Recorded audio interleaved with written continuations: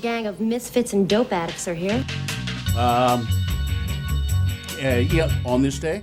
On this day. Hello? Hello? On this day. Is my microphone Yeah, working? Yes. I can hear you. you're there. I can hear you, but I can't hear me. You sound just fine. Your things are moving over here. All right. On this day, What? in 1978, Devo released the Question Answer album. Question, are we not men? Answer. We are we Devo. are we are Devo. Yes. Of course, that's from the H.G. Wells, yeah. The Island of Dr. Moreau. Mm-hmm. That's H.G. Wells, isn't it? I think so, yeah. Hi. Hi. Have a nice weekend?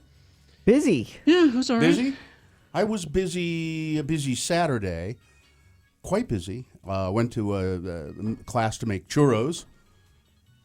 And you know what churros are? I mean, do you know what the name is? Oh, what the name Well, means? they're from Spain, España.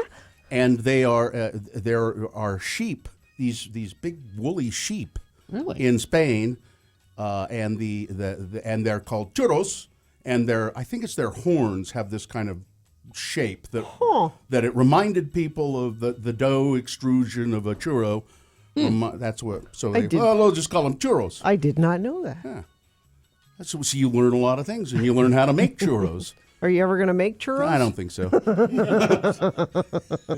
No, it's I'm sure my daughter will. She was quite Taken with she was the quite churros? taken with it. Yeah, she liked the process, and was a really nice woman who taught the class. Who I guess has a bunch of churro trucks all over the valley. The class at Park City Culinary Institute. Yeah, it was the Park City Culinary Institute right down there on State Street. That was fun. And then I went out to dinner later on, and went to the roller derby. And that was also fun, because I'm going to be a roller derby announcer Really? next weekend. You get paid for that? No, I get paid the love of my wife. Oh, that's That's priceless. Her team is going to Moab. We're going to Moab. They have a bout there. And the last time I went with them last time, and they didn't have an announcer.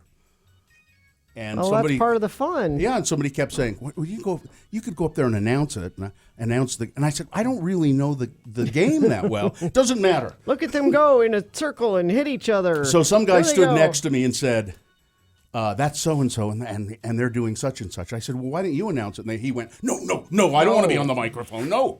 So he would just whisper in my ear what was going on, and then I'd say, hey, and then it's a power jam, number 666, Jammy Dodger. So, but I went Saturday night to kind of learn more about it, and so I can sort of do it next Saturday in Moab. Well, that's all they need is sort of do it. Yeah, although the two people who were there at the Derby place down there in the west part of town, they are great. They do a great job, but you don't really need to do a great job. No. But we'll find out if we're going to do a great job or if we need to with check-ins coming up. Huh? What? What are you talking about? Do we need to do a great job or not?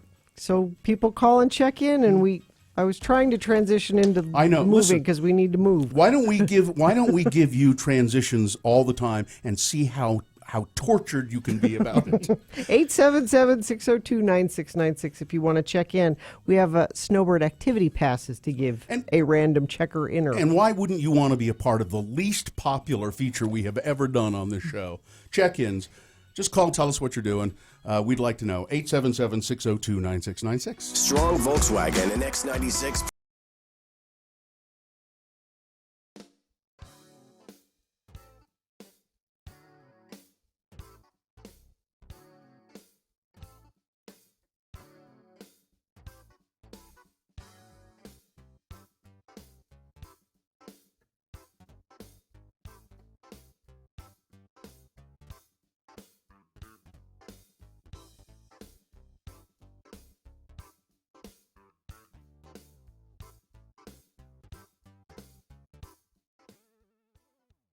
We got the rest of the potato chips. All right. Now we've tried so we started with the cappuccino flavored Lay's potato chips. which didn't knock us out, but we didn't hate, except for Gina. She I hated hated them. them. Now, The wasabi, now they've had 4 new flavors, and people want to call them both. Wasabi. Bill tried the wasabi as well. Bill Frost. Yep. Not hot. Good, not hot. Yeah. they're not hot, Now, Tasty. but they're flavorful. now I've got the bag of cheddar bacon mac and cheese here, and Gina said of the wasabi, "Oh, you got your winner right here." My guess is she won't even try the bacon mac and cheese. Yeah, I'm sure there's not actual cheese in it. I don't care. No, there is. There is. I read the ingredients. There's like cheese powder or something. This is your winner. Try 'em. She won't even try them. No. I thought you didn't like cheese not because of the flavor, but because it's cheese. And this is It's a principle. No, I'm not gonna. and this is far enough You're removed gonna love it. You're from gonna love it. from cheese do it. that She has standards and principles. I have totally arbitrary rules. That's exactly. I think that's your winner. Now there's one more there. What's Yeah. that one? Mango salsa. Which Those are- somebody in the chat room said tasted like potpourri. Right. this isn't bad. Yeah. Maybe it actually is potpourri. Although if you eat a few of those, the bacon mac and cheese, they get kind of too salty. They're not bad. And here's the wavy mango salsa. Wavy mango salsa. Wavy because I like the idea of mango salsa. No? No good. Potpourri? Too sweet? yeah, Let's see. too artificial. Am I right then, without even tasting the bacon mac and cheese, that the wasabi is the best? No, the bacon mac and cheese is better. Well, I think your winner is the bacon mac and cheese, because mainstream America will love that flavor. let me see the wasabi again. No. Yeah, You potpourri. love those. I bought them. What do you Potpourri. mean no? Yeah, mango salsa is a hard sell. Yeah, that's no good. I don't like it. You can put it on the back of your toilet tank. Why would you? Yeah. Out of all of them, I would say the wasabi is the best flavor, but the winner is the bacon mac and cheese. America will vote for that one. Oh, yeah. By the Mango way- salsa's weird. Yeah. By the way, you notice I'm sharing all of my chips. Girl who wouldn't give me a cookie last week. 4 cookies made for me with my name on them. A gift. Yeah. Was Yes. it 4 cookies that Yes. spelled out Gina? No, but my name was written on the box. Yeah. I know. It's different than you buying 4 bags of chips. It's It's not the same thing at all. I know. It would have been You a gift. could replace these chips at any moment It would have several been times It over. would have been a gift from your heart, which you were unwilling to make to someone who argued for equal wages for you. You can't drag that out. Yeah, why not? It was proposed. I can't even finish this one mango They're salsa. terrible. Yeah, they're not good. Actually, I like the wasabi okay. I like the bacon mac and cheese best. I had high hopes for the mango salsa one. If it actually tasted like mango salsa. Too much mango, not enough salsa. That's the problem. In a You couple got of your percentages off. In a couple of seconds, I'm going to try one of those dog biscuits. That you They're put very out good. For Ripley. They're peanut butter.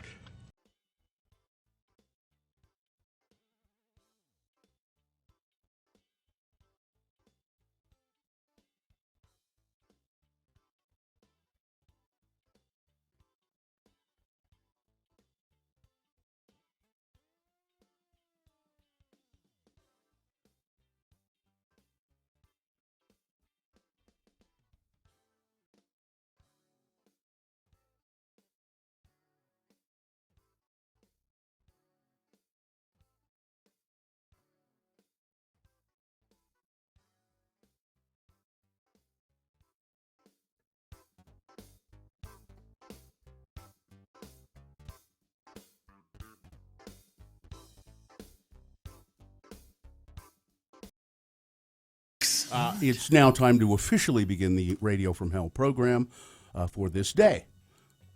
Officially. Officially. Officially. with a flourish, Officially. And then we'll take your check-ins. with an air of sincerity and flourish. That's right. At 877-602-9696. Call in and tell us what you're doing. But the moon is waxing crescent, 42.2% of full.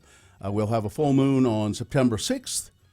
And the moon will rise today at 1:48 p.m. Today being Monday. It's the 28th day of August in the year of our Lord 2017. It's National Race Your Mouse Day. What if I don't have a mouse? Get one. Everyone should have a mouse. Get one and bring it. Sunday, Sunday, Sunday. Nitro-powered mice! Funny mouse. All right, this is North America's most mashable radio broadcast. Ooh. It is the Radio from Hell show starring the Lords of Morning Radio, Kerry Jackson. I'm Bill Allred. That is Gina Barberi, the mouseless one. The senior executive producer of the Radio from Hell show is Richard Stedman, who looks like he could use about 2 days' sleep. Dylan Allred is here producing video for the show, and Katie for short, I think, is the person here helping out with the program. Coming up today, Amy Donaldson will be here to do sports, Bill Frost TV, and other fine things. However, these check-ins are not indicative of the fine things that will come up on the show. Well, do they deserve a snowbird activity pass or two? 'Cause Well, I think the somebody people will- who brave themselves, are brave enough to call in on this least popular feature we do. And we only give prizes to people that actually call. A lot of people like to text in, but you have to call if you want to win the prize. And let's see. Well, let's see. One person's being inconvenienced by this feature, so maybe we should cancel it. One person is being inconvenienced? Please stop with the check-ins. I unfortunately have to change the station every time it comes on. I only have a certain amount of time to drive to work, and I don't want to listen to check-ins for the whole time. Thank Really? you. Huh. Well, please tell us what you would rather us do. Yeah. Yes. Well, why don't you participate rather than pee on it? Yeah. Because it's not a popular feature. I don't blame you for. But rather than being negative about it, if you called in every time, you could become a check-in superstar. Like Peterbilt Bryan, who checks in Exactly. almost every day. Yeah, there you go. Let's see. Ben checking in. HVAC Shin checking in. 34.63% try today. That's Very all. specific. That's all he's requiring. Ogden shut in here, stayed up late watching Game of Thrones. You don't have to try today. I'm not. Oh yeah, I got to watch Game of Thrones today. Oh, it's a long one too. Apparently, it's the what I hear. last one of the season. It's and the last one for 10 years. It's a, that's not true. It will feel like it's 10 about years. a year, I think. 877-602-9696. Oh, the lines are all full now, Yes. so it'll be busy, but just keep trying. Let's see. Let's begin with Oakland. Is that your real name, or is that where you're located? Are you Oakland or are you in Oakland? My name is Oakland. How did that come about? Why did your parents give you that name? Do you know? Well, they want to name me after the oak tree, but they thought it'd be cool to add 3 letters to the end of it, L-E-N. Oakland, not Oakland. Yeah, Oakland. I wanted to say thank you guys for letting me listen to the show. And You're welcome. I know you guys say it's the most unpopular feature, but I love listening to the check-ins every morning. Now, why do you like it? This person who says Yes. she's driving to work and she just can't stand listening to this while she's driving to work. Why do you like it? I think it's entertaining how much you guys dislike it as much as everybody else. It's just entertaining No, for me. we don't dislike it. I like don't hearing from people. I like to talk to people on the phone, but I get the sense that other people don't want to hear it. Well, I enjoy it a lot, Okay. personally. All right. Thanks, Oakland. See ya. Thank you very much. Bye. Okay, let's see. Scheherazade checking in. Feeling like goopy-eyed Klaus since I scratched my eye and now have to put antibiotic goop in every 6 hours. Oh, poor. Or just don't treat it. Klaus doesn't. It'll get all crusty, and then you can have another person lick it off for you. Elizabeth just got back from a 2-week vacation, going to need some extra help getting back to work today. Okay. Oscar, nurse anesthetist, Oscar checking in, headed to the hospital to give some folks a nap. I remember when Gina made friends with all the nurse anesthetists in the valley years ago. You remember did? that? Oh yeah, yeah. By saying, by saying, Oh, then I'd rather have really a have an anesthesiologist rather than a nurse. I bet Oscar would rather have an anesthesiologist if he was going under. I Peterbilt, bet you're wrong. Peterbilt Brian checking in. Mixer driver Shane from Taiwan here, pouring mud in Eagle Mountain this morning. Obviously, I need 100% from you today. Obviously. Utah's very own Out Loud Thinker checking in. Give them hell today. Well, Okay. Well, he's an out loud thinker. This is Michael Stoney. Michael. Hi. Hi, your last name is Stoney, or are you just kind of stony? Yeah, hard to say. hard to My say. last name. Well, you could look at your driver's license and find out for sure. But Michael, what's on your agenda today? What are you doing? Oh, I was on the way to the gym before work, but saw McDonald's, so now I'm not. You got sidetracked a little bit, huh? I did. You having a hash round there? You having a Getting an egg McMuffin and hash browns. Neg McMuffin, hash browns, and then, there's no point in going to the gym after that. That's just lays in your Exactly. stomach there, you know. Well, then you're going to work, Michael? Yes, sir. All right, well, have a good day. thank you. Valentine checking in on my way to work. Continue to live long and prosper. Jim says, it's taking all I've got to check in. Please give it 110%. It's taking... You've got to want it more than the other radio stations. Well, that's... Oh, Dylan, be on alert. Ben checking in. I'm on my way to buy you guys Harmon's donuts, and then I'm delivering them. Uh-oh. You gotta let Dylan and Richie know when you're here, All right. Ben. Stephanie checking in for my car. Have to go in early to the top secret job. Let's go to... This is Teresa Hi, Teresa. in Houston. Hi, guys. No, I'm Oh, no. actually in Salt Lake. You're from Houston. I'm from Houston. I'm stranded in Salt Lake. Yeah, Oh. I Can't guess... get home. Yeah, so- now, so are you in communication with your family and friends there? Yes. And what's the situation? It's pretty bad, but my house happened to not flood, so that's lucky. It's a weird situation too. The mayor of Houston said did not issue evacuation orders for the city, and Right. he To- said to that evacuate a city of 4 million people would be yeah. impossible. And they said the last time they tried that, Exactly. there were more people injured in the evacuation. Yeah, they had than- like 100 people die Yeah. in the Well, evacuation. people got stuck on the highways. Yeah. Houston traffic is already terrible, but trying to flee the city is just Yeah. a disaster itself. Yeah. So. It's- Is that why you Yeah. were here? Yeah, she said she's stranded here. No. Is that why you I came was here. here? I was here for a girls' trip in Deer Valley, and I was supposed to fly back Sunday, and they've shut down the airport. So I'm stuck here for another couple days. But I was just hoping if you could get your listeners to maybe donate to the Red Cross. There's a lot of people in need. So. Yeah. Absolutely. Yeah, Yeah, it's- people are asking how they can help, and that is the best way you can help because the Red Cross. Let me give you the number real quick. It's just 1-800-RED Cross.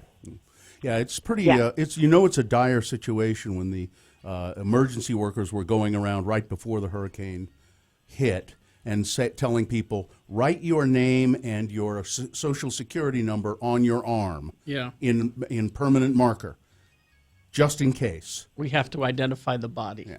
Yeah. You can also text the word Harvey, HARVEY, to 90999, and that will automatically send $10 to the Red Cross. You can do it that way too. I'm glad Harvey of Cannonball and Harvey are not around to see this. He's not around to see this. It would be very sad for him.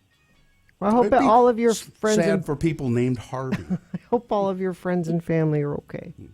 Oh, thank you so much. All right, thanks. Thanks, Teresa. Bye-bye. They shouldn't name hurricanes after people. What should they name them after? It's number 10 or give them a number, or they shouldn't name them Hurricane after people. 2A. Or it's a hurricane. Guess what? A hurricane is coming. It's a category 4. That's how You they don't have can to- keep track of them. You don't need to name them. Richard checking in from work. Could I get some of those donuts too? Sure, Richard. Steve Go the to Harmon's. Steve the Persian bought a scimitar from the Ren Fair. A scimitar. Oh, that's a good Persian needs a scimitar. And Oscar says, nope, I would want a highly qualified CRNA for any anesthetic. All right. Teacher Brian checking in. Try as much as my students, so that means about 37% is all you need to do today. Let's see. Vicky and Angel checking in. You know, that rival morning team. That rival morning team, Vicky and Angel checking in Monday. Married with microphones? Married with microphones. Let's go to Holly. Holly, Holly. Hi. what's up with you today? Well, I'm just having a regular day, but my husband actually is doing something pretty cool today. What's that? He's performing his first heart surgery as an attending physician. Wow. Man. Whoa. Impressive. Now, what does that mean, an attending physician, exactly? So that just means you're not a resident anymore. You're out of training, and you're in charge. Is he nervous? Yeah. Last night he was like, "Can I run through all the steps with you?" And I was like, Can I Sure. perform heart surgery on you, Holly? Can my wife? I would like to know, does the patient know this is his very first? Is that the kind of information that... I wouldn't want to know. No, they don't say that. They can just tell because his hand will be shaking.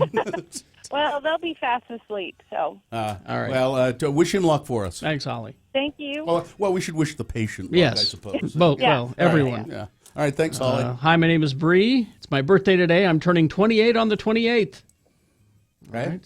Heather is checking in. Hi, Heather. What's up with you today? So I've got two things because I'm pretty sure my boyfriend is listening. So I'm going to do a shout out. Okay. Hi, Andrew. I hope you have a good day. Aw. Number two, I did that shout out because I know he's going to make fun of me for this. I don't know if you guys remember, but I called in about my dog being put down about 2 weeks ago. Yeah. Mm-hmm. So I didn't mention that it was kind of like a perfect scenario. When I found out she was being put down, I was actually on my way to go look at a puppy Australian Shepherd. Mm-hmm. So, of course, I got her, and I just wanted to let you guys know she has a cute new Instagram account if you'd like to follow it, because I follow all your guys' animals. Oh, Okay. What's her name? Maple. Okay. Maple what? My last name, Great House, but her @ is Miss Maple 618. MISS? Yes. Miss Maple, 618. All right. All right. Heather, I'm glad you Thanks, guys. got a new dog. I don't know why anybody wants an Australian sheepdog, Me but too. Oh, They're she's beautiful. cute. oh, they're All right. cute and they're great, but they just She's got pretty blue eyes. they just got to run around all the time. All right. I know. Yeah. Thanks, Heather. See ya. All right.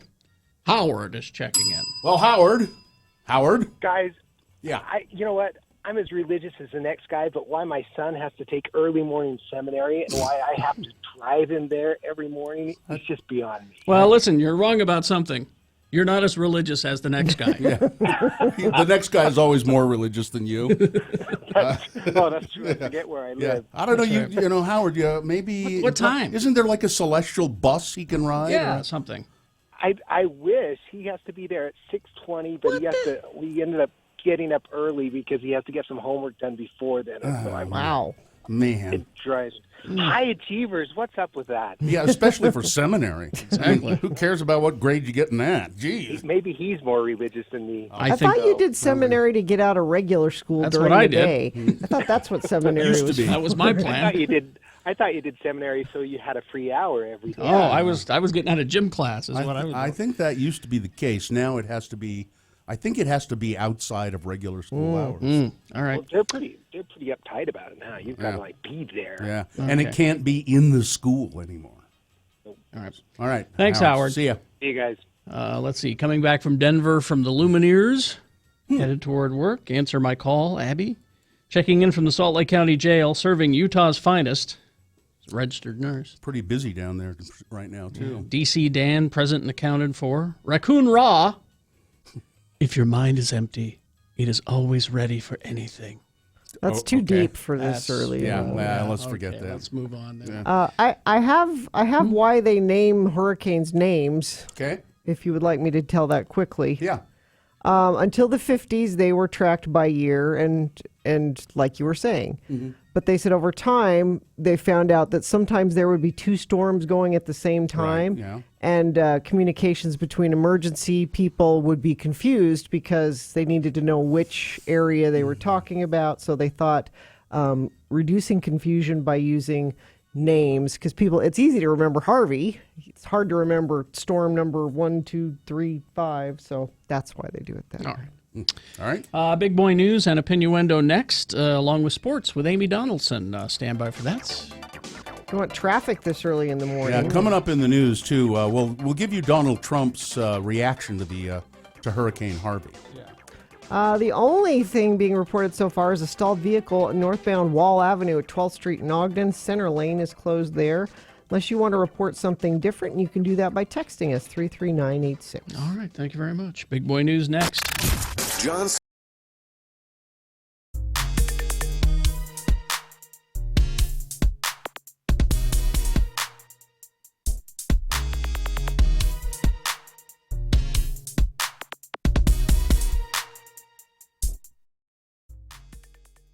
Line now until Sunday at guitarcenter.com. Couple friends of the program texting in to 33986. Accident car went into the fence, 7200 West northbound by the charter school there.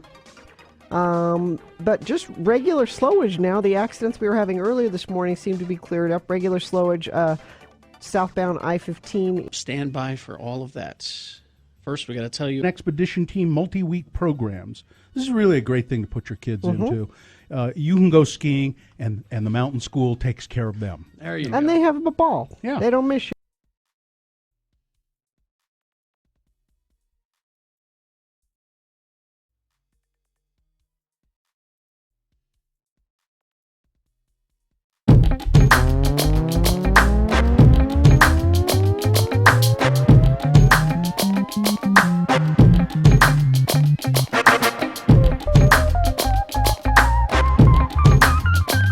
I was going to mention this article a little bit more. Oh, okay. This is the Tribune article? Yeah, this guy calls me. And that's why, I don't know what Richie expected. He calls me. He asks for some quotes. Mm-hmm. So the first thing you want to do, obviously, is see if he got the quotes right. Yeah. Isn't that what you always do? If you're being quoted I don't want in to the be paper? misquoted. No. I might come off looking stupid. I'm just concerned my name's spelled right. It is. And I was quoted correctly. I don't know about you, because I you don't haven't know. looked yet. I was rambling.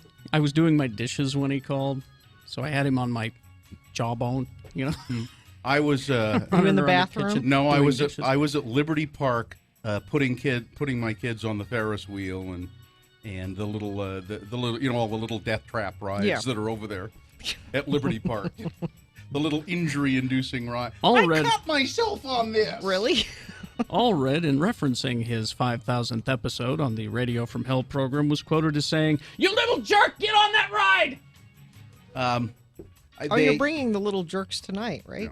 But the quote, this dawned on me. This was, I think, one of the more brilliant observations I've ever had. The reporter from the Salt Lake Tribune asked me, so why do you think your show has been on so long? Why has it lasted 5,000 episodes when other morning shows and radio shows have come and gone? Some appear and go quickly, some are there for a while, but they disappear. Why have you guys lasted 5,000 episodes? And I said, well, it seems pretty simple to me. It's because nobody ever fired us. Really? I mean, isn't that he kind of paused and he said, well, I guess that is true, isn't it? Well, but we were Doesn't fired. mean it's good. We just weren't fired. We were fired once. Yeah, I guess so. I guess we were fired once. Yeah. No, you weren't fired. You could have stayed. You two could have kept doing the show. No, he was told he would be fired if he didn't sign the contract. That's what I mean. If you had signed the contract, I was fired. I was fired because I wanted to be fired. I don't different. count that as really being fired. I was fired because I really, really wanted to be fired in the long run. I wasn't going to sign. You could have kept your job if you wanted. Yeah. You signed the contract. You keep your job. I wasn't going to sign a contract with those people, and I said to myself, if they fire me, I'll get unemployment. So that's what I want. I wanted to be fired. So you were fired. Yeah, but nobody's ever really fired. Like I said, fired you us. suck. I don't want you to work here anymore. Get out. Technically, I've been fired. You were never fired. I've been fired many, many times. What, you mean from that Not job? from this show. Yeah, But not from from this this show. show. from the show. You've never been fired from this show. Not from this show, no. No. Well, that's where it matters. No. Never been fired from this show, and I was fired kind of Radio finally, from Hell, so I don't the count Lords that. of Morning Radio. Weekday mornings from 6 to 10 a.m. on X96. Big boy news and Opinioendo now, brought to you by... Why does the sight of a trail guide make us reassess our career choices? Because Wyoming is still filled with adventure. That's why. Find out if you are too at travelwyoming.com. I will tell you about a little bit more about the hurricane in just a second, but first, tragedy. Oh. He was one of a kind. Yes. He was an original. Mm-hmm. He will be missed. 74 years old, Toby Hooper, director of Texas Chainsaw Massacre, the original, and Poltergeist. Kind of his two big, most famous movies. I thought, I had no idea how old he was. And then, so I read the story, he's 74, and that's not all that old, but there was an accompanying picture. Yeah, there it is. You can see it at x96.com/live right now. He doesn't look well. No. There's a man who didn't take care of himself very much, apparently. But Toby Hooper, L.A. County coroner said that he died of natural causes. A master of gore. Hooper, and I'm just reading the way it's written here in the New York Post, carved out a place in Hollywood history with 1974, the original Texas Chainsaw Massacre, which holds up today. If you watch it, it's Still scary as hell? It is still just great. It's just an amazingly scary and affecting film. It was then the highest-grossing independent horror film ever. When it came out, about a group of friends who encounter a family of flesh-eating backcountry maniacs. You have that drop from... I don't have it handy, I'm sorry. Just thought about that. And he, John, it's a very sad day, said John Carpenter, a fellow director. Hooper also directed the 1982 smash Poltergeist. Oh, I didn't know that. Written, produced, and... Spielberg allegedly didn't direct that? Allegedly, he co-directed it. Yes. Spielberg co-directed it. I suspect that there were a lot of storyboards that Toby followed. Yeah. Oh, I didn't realize. And Spielberg produced it. Yeah. But here we go. You just hush. It won't hurt none. My old grandpa's the best killer there ever was. I never took more than one lick, they say. I did 60 in 5 minutes once. Say, could have done more if the hook and pull gang could have gotten the beeves out of the way faster. Now don't you cry none. Old Grandpa's the best. It won't hurt a bit. Stephen King's Salem's Lot. Yes, he directed Salem's Lot. Was directed by Toby Hooper for TV, and Stephen King said he was one of a kind. He was an original. He will be missed.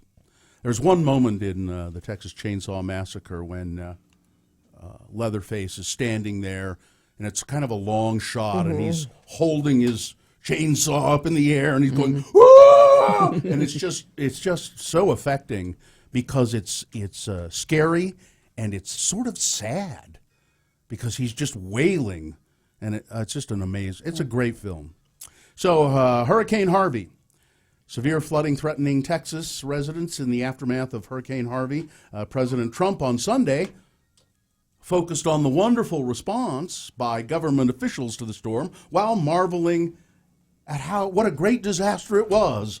Trump spent much of the weekend reassuring Americans that he was following the storm, posting self-congratulatory tweets and boasting about the great talent that was on the ground in Houston helping out. So far, so good. Trump tweeted at Senator Chuck Grassley, a Republican from Iowa, on Saturday after the lawmaker warned that the storm presented a critical moment for the president, citing the poor response to Hurricane Katrina by President George Bush. Later on Sunday, Trump issued another similar tweet, thanking no one in particular. Although Hurricane Harvey has been downgraded now to a tropical storm, heavy rainfall is expected to last for days, and the Houston area braced for the prospect of catastrophic flooding, and that is happening. There are pictures of just an amazing amount of flooding in Houston. There's one really sad picture of these women in a rest home, an old folks home, and they're all sitting in like wheelchairs and stuff in water up to their waist. Yep. And one of them is knitting. Well, you got to pass the time while you're waiting Well, to be somebody rescued. said it's got to be a fake photo. It's a fake photo. No, I don't want to talk to Carol. Here's from the Washington Post. Harvey has unloaded 9 trillion gallons of water. It's enough to fill the entire Great Salt Lake twice. And we have no FEMA director. Yeah. Oh, and Donald Trump also announced via Twitter that he would visit Texas as soon as the trip can be made without causing disruption. And he immediately tweeted that he's also going to go to Missouri, a wonderful state that I won by a lot. Doing this during the natural disaster. And recommending books. Yeah. Great book. Great buy. Donald Trump also, over the weekend, pardoned a monster. Yes.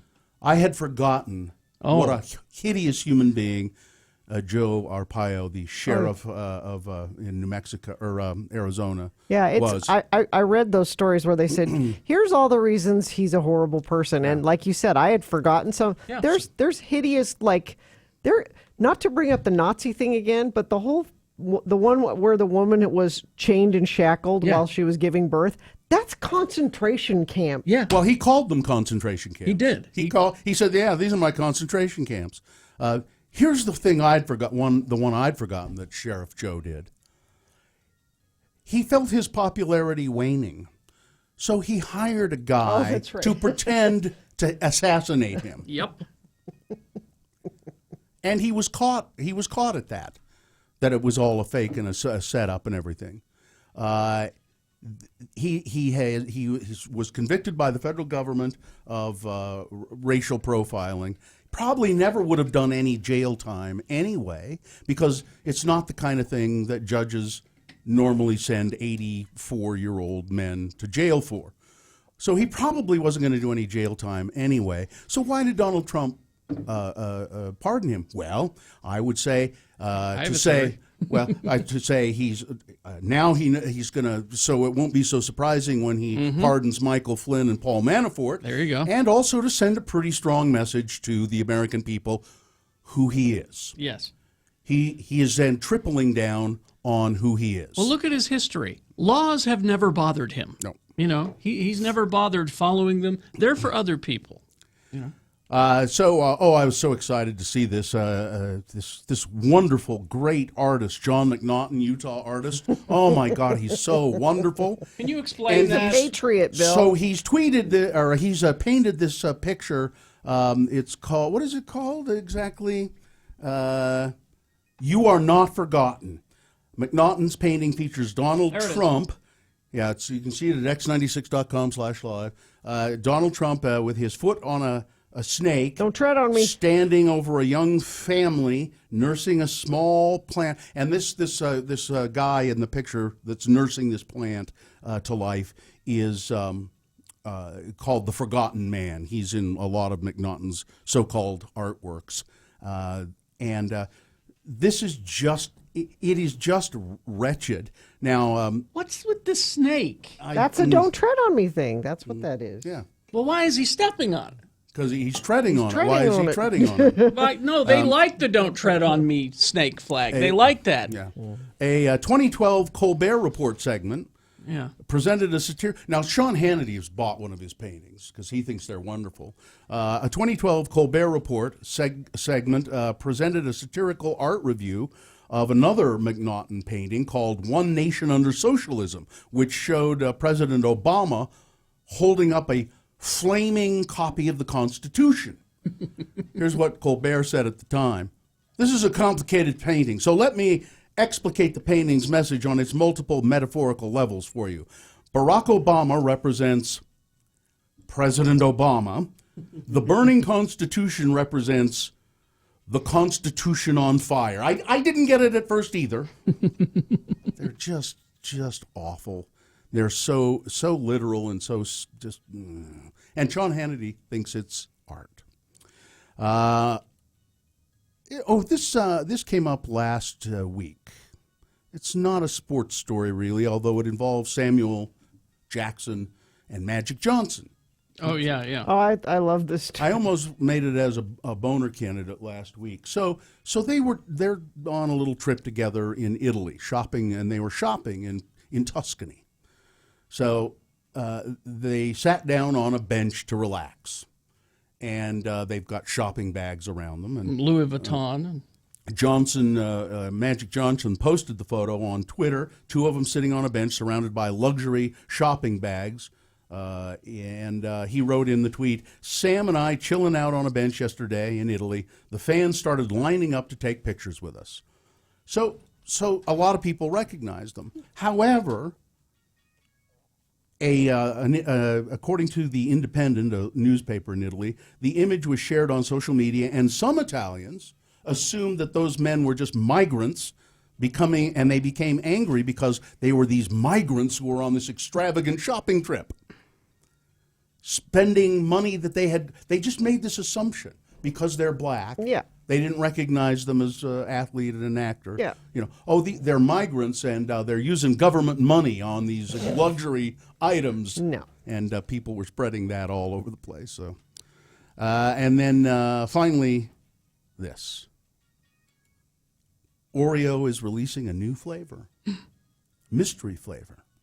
Mystery flavor? Yeah. We wait with seemingly constant anticipation of the next Oreo limited edition flavor. What used to be a once-in-a-lifetime occurrence now happens nearly once a month as the brand tests everything from s'mores to key lime pie, pumpkin spice to Swedish fish. And just this summer, the brand created a contest inviting Oreo connoisseurs to suggest their flavors using the hashtag #MyOreoCreation. Now, the next new flavor in line, well, it's a mystery. The flavor that's what they're calling it. Mystery. Oh, I don't want to eat a mystery Oreo. You have to buy them to find out what the flavor is. You have to guess the flavor. It's mystery flavor. That's what it's the classic chocolate cookie, white cream, but the flavor of the cream, well, anyone's guessed. I don't trust it. You don't trust the Oreo company? You don't trust Nabisco, one of the venerable companies? And Ed's already guessing. I don't even think he has any of these yet. He's just guessing flavors. Jalapeno! He's just yelling things out. I tried one. It tasted like cat. Kind of like cat. All right. All right. Weather, traffic? Weather. We're hot. It's summer. Oh, is it summer? 97 for a high. Brought to you by Strong Volkswagen of Salt Lake City. You get 100% lifetime powertrain coverage. Your factory powertrain warranty becomes a lifetime warranty online at strongvw.com. See, friend of the program said there's slowage down to one lane on I-15 from Willard to North Ogden. That's due to construction. Actually, a couple people sent that one in. And no accidents to report this morning. Let's hope it stays that way. Traffic brought to you by Sean Hogan and Everest Collision. They want you and your loved ones to get home safe and sound. Stop texting and driving. Download the Everest Collision app responsibly. Sports. Brought to you by Snowbird. Season passes on sale now. Offer the most benefits of any pass in Utah. Experience the longest season, 2,500 acres of legendary terrain. Learn more at snowbird.com. Amy Donaldson Sports. Break.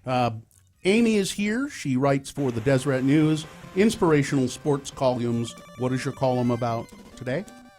Today my column is about volunteering, but I have a story, and it's one of the stories I listed on the stuff I sent to Richie that I would love to discuss. It's the head football coach at Hillcrest High passed away yesterday, and I wrote a couple stories this weekend. One's in today's paper.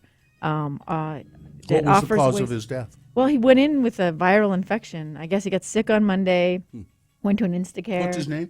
Kazi Brown. Kazi Brown. And he coached also at Judge Memorial, Highland High School, and Yard East. So well known. And was a PE teacher at McGillis School. According to everyone, and I've been flooded with messages and emails and texts and messages through Twitter. Just an amazing human being. One colleague called him the best motivator he's ever met, hands down. But what he did when he got the job at Hillcrest, and you all know Richie's a Hillcrest alum, so he's familiar. My daughter graduated in 2012, so I'm wearing my green today for Coach Brown.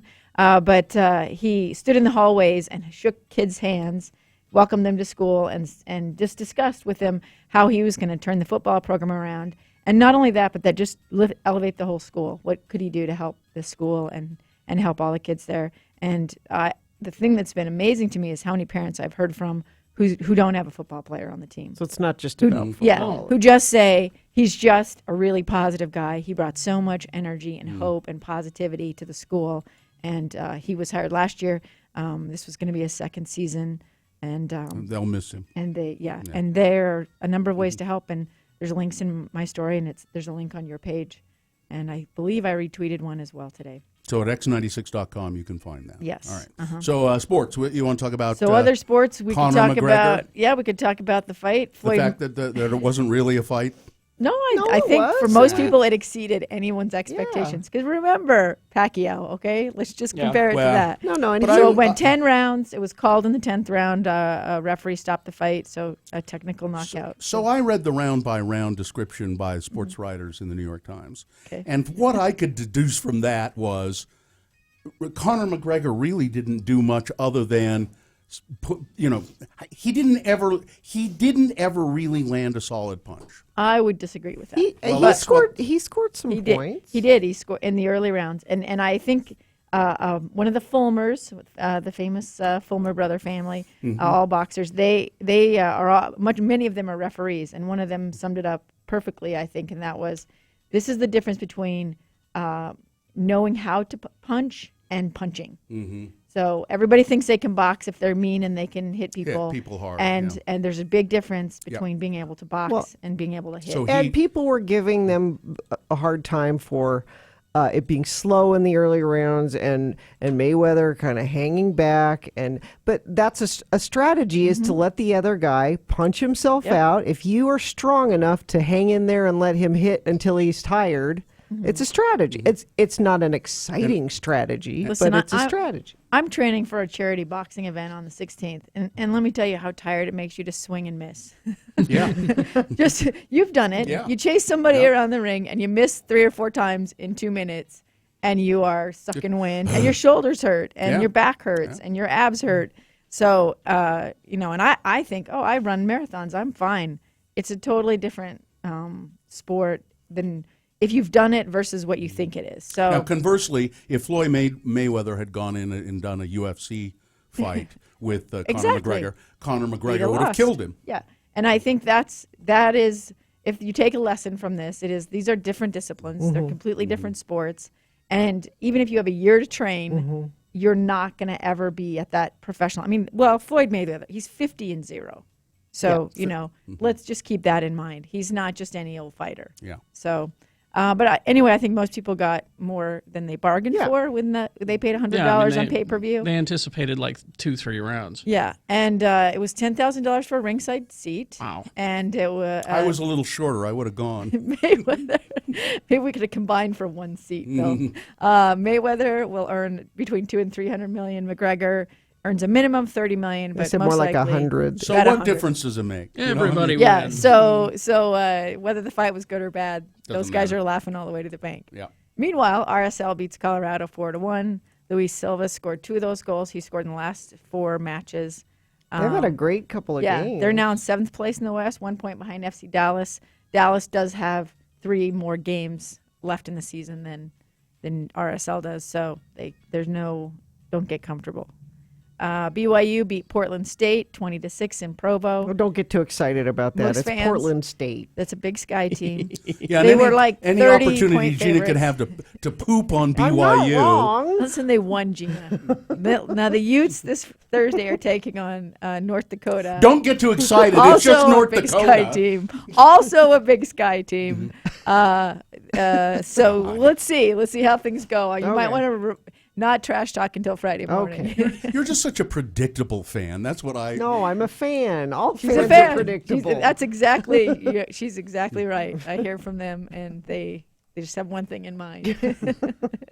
But on the Utah side, it'll be fun to see the new offensive coordinator Troy Taylor. His era comes. And to new fruition. quarterback. New and- quarterback with sophomore Tyler Huntley, one of my all-time favorite players to watch. So I'm pretty excited to see what he does.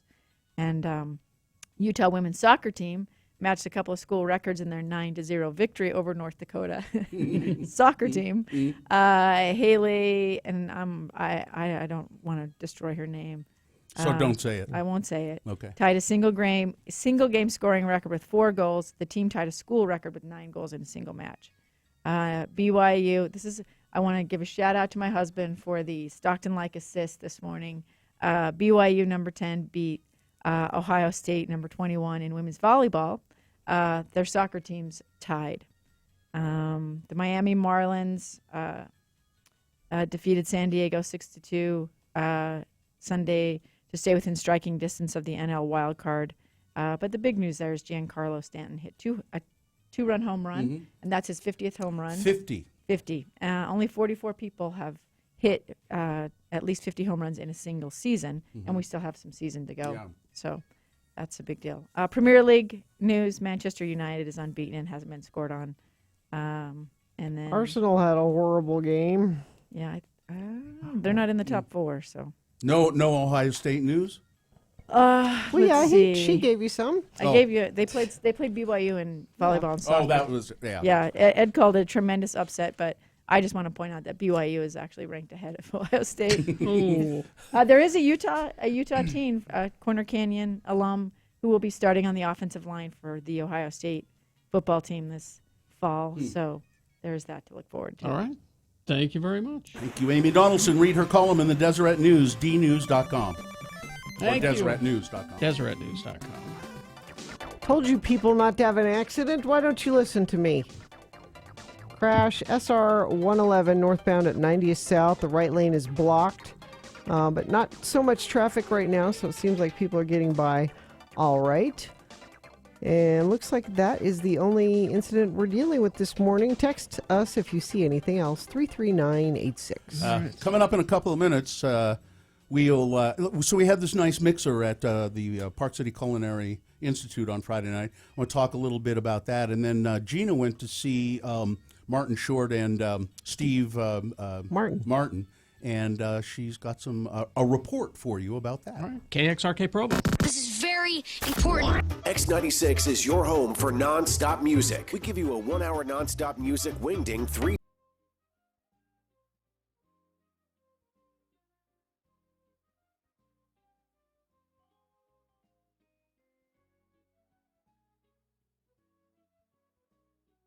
Now, speaking of dramatic interpretations, no way. Thespians. What you guys do there is not really that at all, is it? It's dramatic.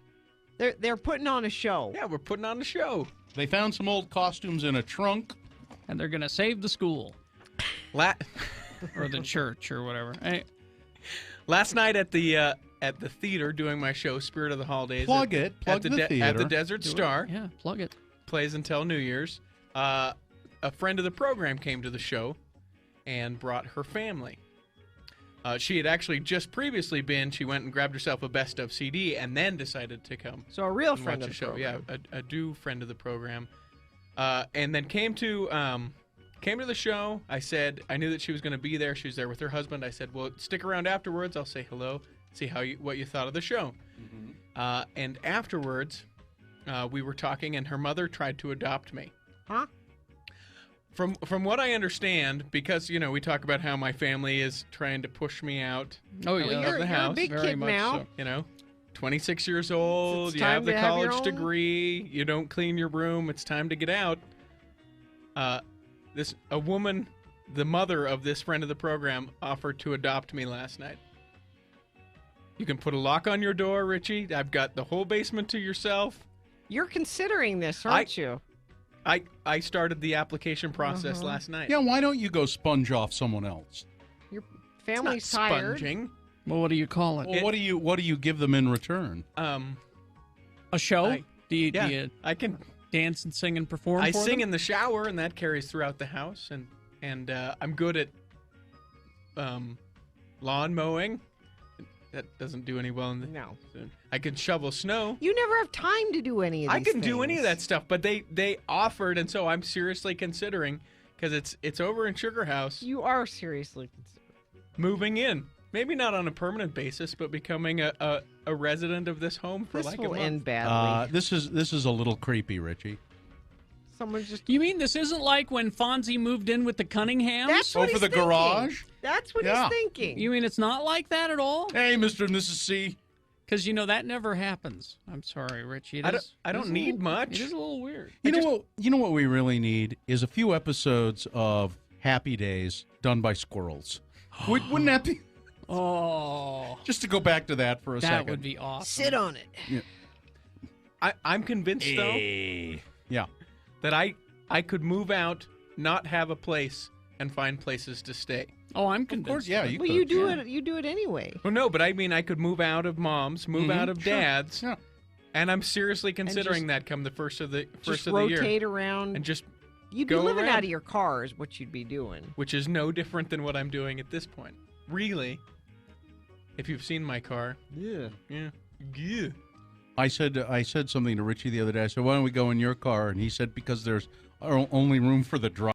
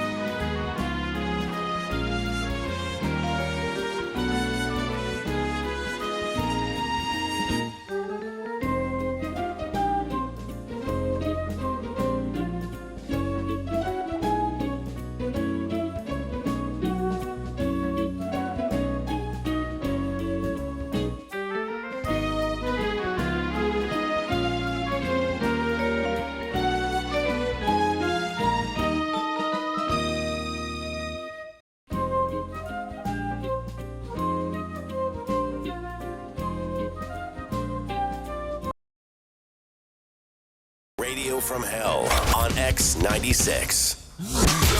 Like Radio from Hell on Facebook. Search Radio from Hell on Facebook and then like it. Quite insistent about that. Plenty of them. Yeah. Good Lord.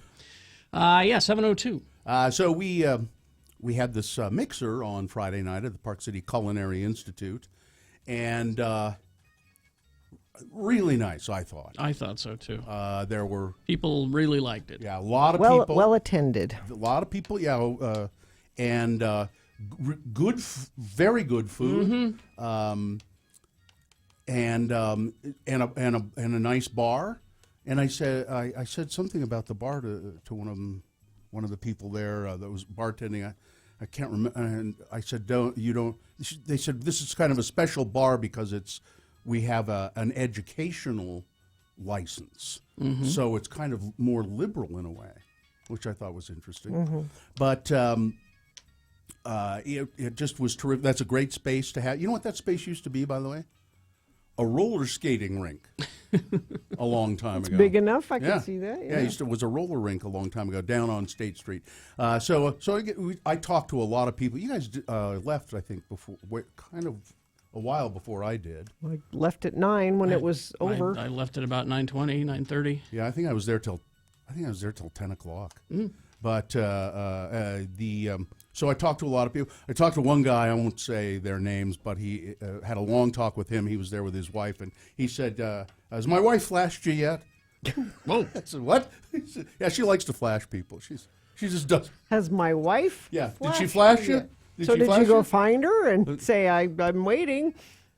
No. No? No, I didn't. Okay. No. But so I talked to this guy there. His name was Nick. And he was there with his mother. Now, Nick has just turned 21. And he was just really excited to be there. And he has been listening probably for 21 years and he just turned 21. And his mother also listening for a long, long time. And so her name is Chelsea. So here's the story Nick told me. So I remember, speaking of flashing, I remember being at a big-ass show in 2006, Bill, when you showed your nipple on stage. I'll never forget it. I said, what? He said, yeah, Carrie made you do it. He said, I have "You no were both-" memory of this. I don't either. You were both. It sort of rang a little bell when he said, Carrie made you do it. But he said, so you were both on stage, and there was a delay in the show for some reason, and we were waiting for Eve 6. That's how long ago. I was going to say, delay in the show. Did Violent Femmes insist on cash and had to have it before they went on? This was 10 years ago, so he was 11. Eve 6, huh? Yeah, you're waiting for Eve 6 to come on. There was a delay, so you and Carrie were stalling for time, and you showed your nipple, and I was just blown away. I've never forgotten that. I couldn't believe. Is it in a scarred for life kind of way? No, Yeah, he said. I said, well, and I looked at his mother and I said, well, I'm sorry. He said, no, it's a great nipple. It's a great nipple. The best nipple. I said, well, I do have kind of, yeah. You know, speaking of nudity and alcohol, yeah. I went to the Steve Martin Short show last night. Were they naked? At the Eccles. And before I tell you this story, this is not a commentary on the Eccles Theater at all. This is all about the legislature. Mm-hmm. The Eccles the Theater Eccles is just follows the rules. is a victim in all of this. Yes. They do a wonderful job there. They have a little cafe there at the Eccles where they have the infamous Zion curtain as well as the Zion ceiling, remember? Yeah, except they don't now, right? No, they don't have it. They took the ceiling off of it. No, they didn't. It's still Are you on sure? there. Yeah. Was there last All night. right. All right. But it is a bar, not a restaurant. Or, I mean, it's a restaurant, not a bar. So you can't just go order a drink. You have to order food. So I went with Daddy Gary, and I was, okay, well, because we had already had dinner, I said, well, can I get the key lime pie dessert? That doesn't count as food. What? Dessert does not count as Dessert food? doesn't count as food. She said you have to order something more substantial. And I feel bad for the people working there because there were a lot of people there, and they have to have this conversation 100 times a night, I'm sure. That's just... Dessert doesn't count as... So fine. So what'd you get? A Dr. Pepper. Oh. So we go... Now, you remember with Book of Mormon, Yeah. there were signs. We weren't allowed to take a drink into the theater. Because of sexual content. The sexual nature of the show. Yeah. Now, the scene in particular in Book of Mormon is this comically, like balloon. Over the top. Would you like me to phallic- describe it? Because you seem to have there are a bunch of all of the characters are on stage, all the African characters dancing with, and the men and the women have gigantic black phalluses. But they're like balloons. But they're like balloons. Yeah, they look like a balloon. It's silly. Yeah. It's clearly So not real. That was the scene that said you now at the show last night, Martin Short and Steve Martin, you could buy a beer and take it inside. Okay. Because they didn't have phalluses on. Part of the show, a lot of the show is them recapping their careers. Oh, the favorite characters of ours that you have loved over the years, and here's how I started my career, and Martin Short was out, and he said, I went to New York as a young kid, and I auditioned for Hair, and I didn't get Hair, and I auditioned for Jesus Christ Superstar, and I didn't get that, but and at that time it was all about being naked on stage and singing in New York, and I didn't get those parts, but I am on a stage now, and I'm going to do it. He didn't. He took off his clothes. Now he had a flesh-colored unitard on. Okay. Okay. But Yes. he took his hand Yes. and stuck it out in front of him and was dancing around the stage. To make his hand look like it was. Yeah. Okay. Sure. Way more suggestive of what a naked person on stage would actually look like than what happened at Book of Mormon. Uh-huh. But you could take a beer. Well, I don't get. Did people then start copulating in the aisles? Well, that's because I'm they're looking drinking they have around liquor. waiting. They got liquor in them. It's just going to happen. Were they just? Did people start taking off their clothes in the audience and that's having what sex? that's what the legislature thinks drinking is all about. You know. Nothing bad happened. What? You're kidding me? Really, nothing bad happened? Nothing bad happened. I just am. I bet there are seismic engineers right now over at the Eccles Theater checking the foundations to make sure that it didn't crack. And he sang a whole song like that, and was flopping around, and How'd you feel? How'd you feel sitting next to your dad? it was a little weird. And I said to him, because he had seen Book of Mormon too, we had this conversation. I'm like, was that more suggestive than what was in Book of, and it was. I can't believe that it was very sexy. However, No, it was comical. Silly, yeah. But the Book of Mormon one, they're fully dressed and holding a balloon. Yeah. You know what I'm saying? This, he was trying to look, and if you just sort of glanced at the stage, you might have thought for a minute that he was actually naked. But look at the ones who are making these rules. I Okay, know. they're It's- clearly not suited to be making these rules. It's arbitrary. And then You what? know? And how does you were telling us off the air about the champagne? Oh, and then Yeah, at so the how end, how does that? at the end, this just reminded me of the alcohol part of it. But at the very end, they're like, "Oh, you've been a lovely audience. We'd like to toast you. I'll bring out the champagne." Carrie Cronk from Fox Oh. 13, and she looked stunningly Well, beautiful. she always she does. is. Yes. But like more so than usual. She looked. Well, like you were, of course, you were a long way away. No, she looked. She looked great. I'll show you a picture. She tweeted a picture of her and Steve Martin earlier. But came out and brought just this bottle of champagne, a couple of glasses for them, and they toasted the audience. That's all I was saying is that reminded me of alcohol at the show last night. So they were even drinking alcohol on the stage. I am really And- surprised. Yes. I'll bet if you follow the audience statistically, if you could follow them somehow, you'd find that in 9 months there'll be a bunch of babies born. And they're all going to be named Well, that's good, Steve though. Martin Steve or Martin Short. The legislature likes babies until Well, they're actually born, and then forget it. Yeah, we don't have well, any there's use no- yeah, for them we at don't- all. yeah. But you can't have a glass of wine and a slice of key lime pie because that's not food. Well, that's a kind of That's- a That you is know maybe ridiculous. that's a really a bad pairing. I though. said, how about that's a if I- bad pairing? Maybe that's what they How were. about if I have two slices of key? Is that substantial? No, it has to be That's so stupid. What were their other offerings that you could have had? like a wrap or, I had dinner. I didn't need, it was like food, food, Food. not dessert food. Just ridiculous. It just enrages me. Yeah. I think they were just looking out for you, Gina. It's really a bad pairing, wine and key lime pie. It's not.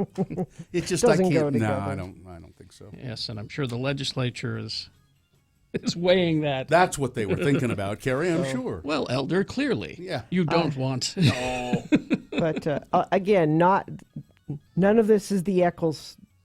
No, it's, No, it's They the are legislature. victims in this whole. It's ridiculous. I feel bad for the people who work there and have. I felt for the how many people in times that do you- little cafe. I'm like, every show. I'm sure they have to have the same conversation. And how many times a night do you Yeah. have that conversation? And it's always the customer blaming you Yeah, and everybody's irritated. because you're the one delivering the information. We had no problem with that at the Park City Culinary Institute, Did and not. we had several conversations about sex and nipple flashing. and nothing bad. And in one corner there was a fight, and in the other Nope. corner there was an orgy because the liquor was there. Nope. No, nothing bad happened. Nope. Not much bad happening on the roads. The only accident being reported is northbound Bacchus Highway, 90th South. Right lane is closed there, but not a lot of traffic trying to get by there so far. So that's it, unless you want to tell us about something. 33986. We got boner voting round 1 coming up. Here is a preview of the 3 candidates. Boner candidate number 1, Mrs. Bayo's a bitch. Boner candidate number 2, I got a 9 with full clips. And number 3, shut up and eat your carrots. All right, round 1 of your boner voting right after these, along with Big Boy News. Attention.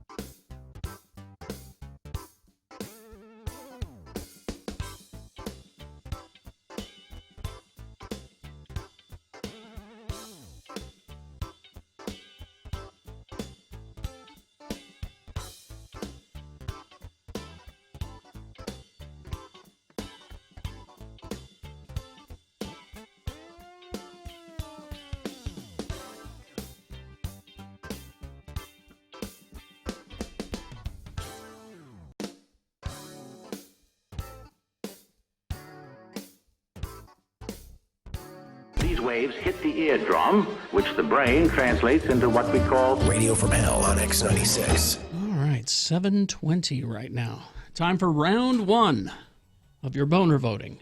We present to you 3 news stories that are examples of bad, stupid, or funny human behavior.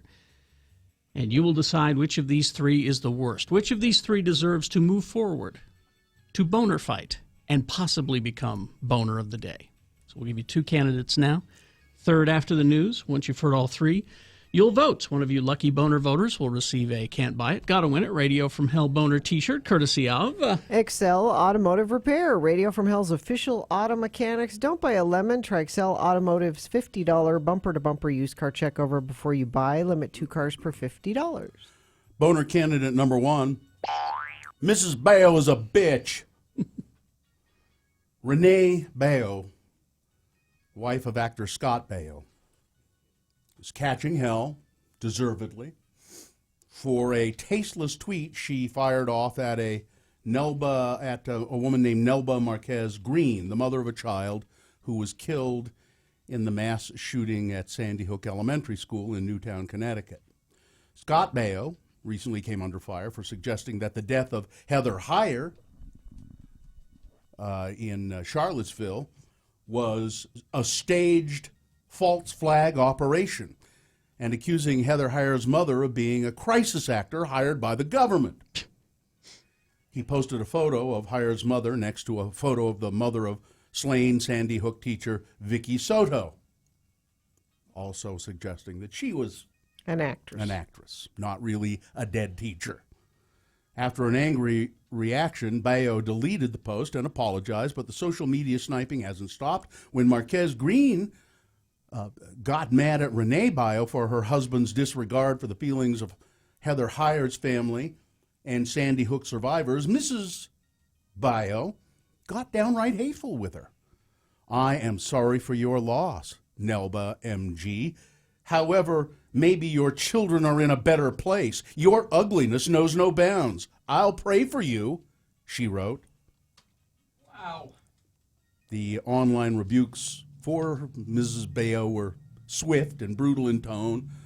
I mean, people just went after her. It made me swear, and I don't swear on Twitter. Yeah. But I noticed that. I couldn't not. Really bad. Boner candidate number 1, Mrs. Baio is a bitch. Boner candidate number 2, I got a 9 with full clips. A Colorado teenager faces charges after the feds say he posted photos of himself with stolen guns on Facebook. Viet Trin. There's pictures, x96.com/live. X96.com. Viet Trin of Thornton, Colorado, is accused of being part of a smash-and-grab burglary that targeted gun shops in Denver, according to reports. Know anyone who wants to buy a baby 40? $300. Trin messaged friends on Facebook the day after thieves broke into a Thornton gun shop and stole 25 guns. I got my 9 with full clips, Trin wrote on December 20th, the paper reported. Mixed with poison hallows, regular hallows, and straight metal jackets. The court papers say that when asked by text where he got the weapons, Mr. Trin texted, a yistle shop. He means a pistol shop. Okay. He's not very literate. Mr. Trin was then arrested, and during an interview with Bureau of Alcohol, Tobacco, and Firearms Explosives Agents, he admitted to being the getaway driver for the smash and grab at the gun shop. He also said that one of the guns he got from a burglary. He sold it for $375. So he did manage to sell one of them. But posting them on Facebook, stolen guns, boner candidate number 2. Hey, I got a 9 with full clips. Coming up in a moment, boner candidate number 3. Shut up and eat your carrots. All right, boner candidate number 3 after this here big boy news and opinioendo, brought to you by Feldman's Deli, open for breakfast at 8 a.m. tomorrow. Real New York bagels, corned beef hash, Taylor ham, fried egg sandwiches, bagel beignets, biscuits and gravy, and other New York deli faves. Go to feldmansdeli.com. Feldman's Deli, done right. All right. I feel bad, Gina. The first news, I didn't have a story for you. I know you like the crime stories, so here's one for you. Okay.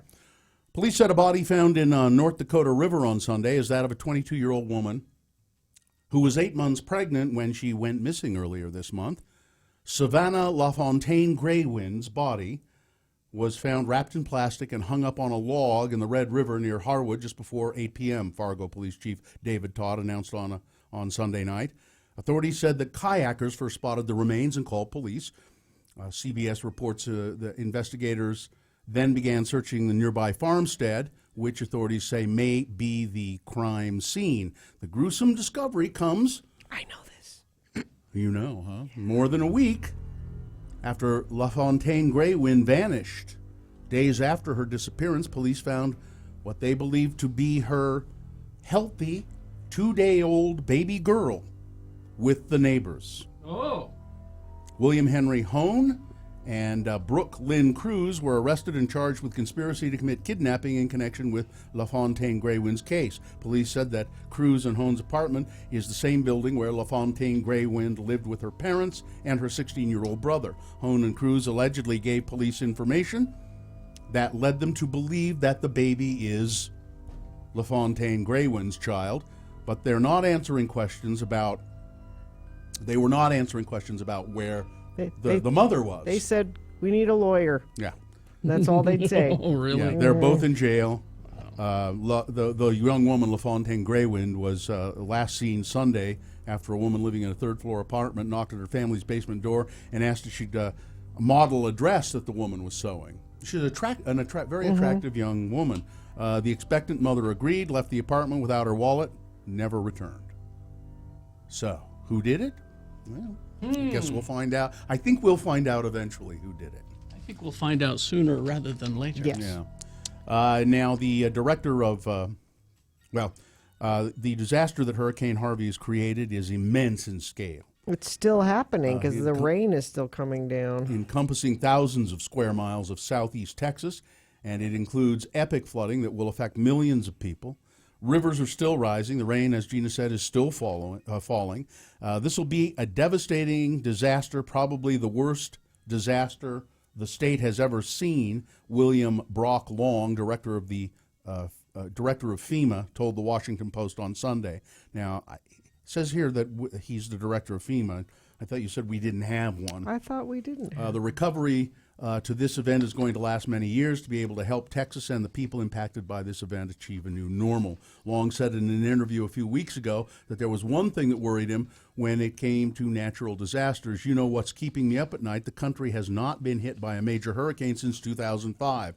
And here we go. FEMA acts, of course, as the nerve center for the entire federal government response, which now includes 5,000 federal employees in Texas. FEMA said Sunday afternoon that they had 400 urban search and rescue personnel in southeast Texas. More than 500 more rescuers would be arriving in the state. They're there by now. There's a team, FEMA team from Utah, that went to the Houston area Now, there's still, I think the only report I saw of deaths, according to, from the hurricane, 5. That's what I've heard. 5 so far. That may, it wouldn't surprise me. But even if it's only 5, it's the economic loss. It's it's just. I mean, there's going to be. Well, Louisiana still hasn't come back from Katrina. Exactly. Businesses still have never reopened. And people losing everything, having their homes destroyed, all their possessions destroyed. A series of fires has been set along Redwood Road in Saratoga Springs here in Utah, and it says there's a series of fires set along there. They think it's intentional. You think? Really?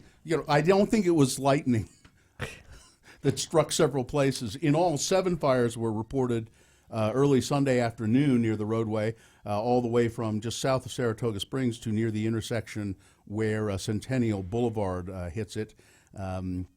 By 7 p.m., the city had reported all of the fires except the southernmost one were out. That fire got to be about 100 acres in size, but was completely contained. One of the fires got within about 150 feet of a home. Firefighters, they don't know who's done it, but obviously somebody's intentionally setting those fires along Redwood Road out there. Let's see, the Love Loud Festival It was a big success. 17,000 people. Yes. Imagine Dragons lead singer Dan Reynolds says he's not sure really how to measure the success of the Love Loud Festival on Saturday, aimed at helping gay youth and building bridges between Mormons and the LGBTQ community. At the very least, he had plenty of help from prominent members of the Mormon Church, not to mention a statement of support from the church issued a couple of weeks ago in an effort to help children. We applaud the Love Loud Festival for LGBT youth's aim to bring people together, to address teens' safety, and to express respect and love for all of God's children. Steve Young was there. I didn't see any pictures of him. I wonder how his hair looks these days. His hair was always so messy. No, it wasn't. He just had curly hair. It wasn't messy. Steve Young he was always criticized for it too, Gina. I'm not the only person who said this. He was always, it looked like he had never gotten near a comb. Now, I got tickets for my niece. It was her first concert. Did you talk to her about it? And, she knew what was going on. And she had called a friend and asked a friend if they could go. And the friend said yes.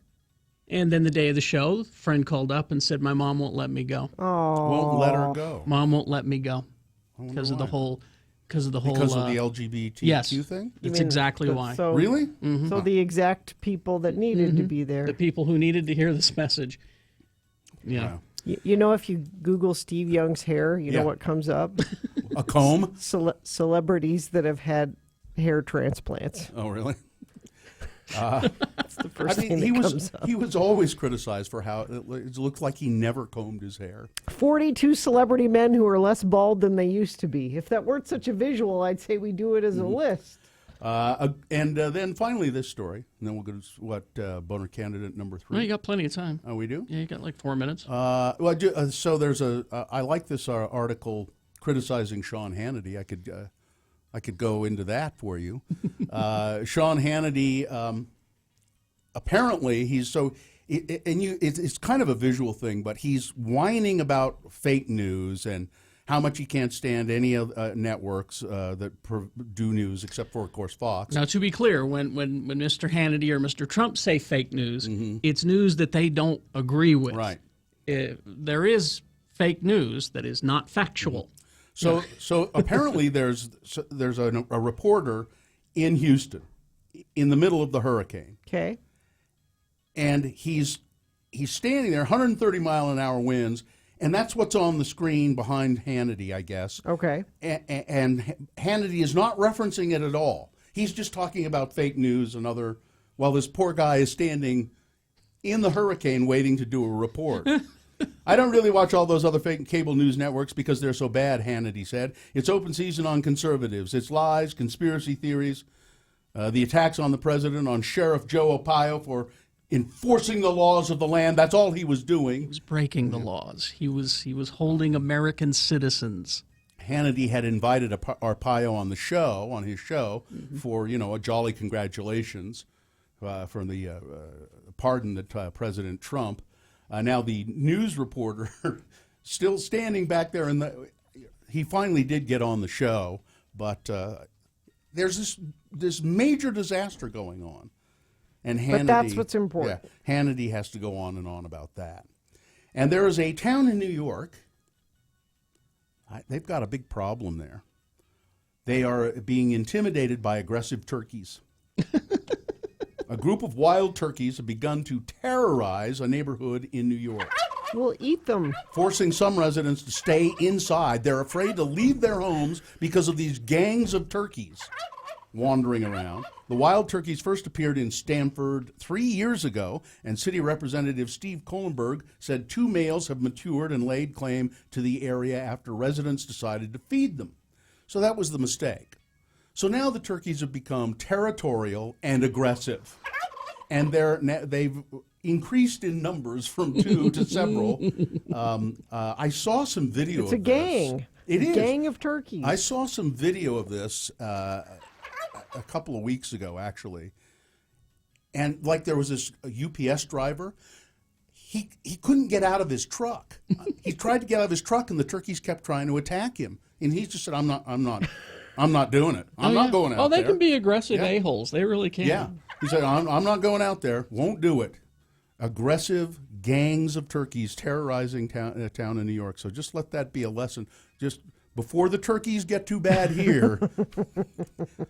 Let's get it under control. All right, that's it. Sports, weather, traffic? Let's see. You can get in anywhere if you act like you're supposed to be there. Pretty much. And a British bar worker who's a huge Conor McGregor fan bought a ticket to the fight, like a $2,500 ticket. So he got in the building, but he managed to make his way down and do the walk-in with Conor McGregor. Really? No, nobody checked my security badge. He found an empty seat on the 10th row. There's a bunch of selfies he took with everybody around him. He's got Chris Hemsworth. He's got Jamie Foxx, Mike Tyson. But then he can't help but he can't just sit there and go, I made it this far. I'm just going to enjoy it. He had to prove that he was there by taking all of these selfies. And well, of course. They didn't find him though. He sat there the whole fight. Just and act like you know what you're doing, and people usually won't question anything. You can do that. Yes. That's sports. We could break a record today. Really? The record is 98. Us and fellow meteorologists forecasting 97. So we're very close to being record-breakingly warm today. What are you forecasting, Gina? Oh, I'd say let's go for the record. Go big or go home, Carrie. That's not how it works. Snowbird's annual Oktoberfest is here. Enjoy classic German beer, food, and music every Saturday and Sunday, including Labor Day through October 15th. Get all the details at snowbird.com. Traffic, we have crash SR 111 northbound at 90th South. That's the only accident, though. A little bit of slowage northbound I-15 through Murray, but things are looking very good.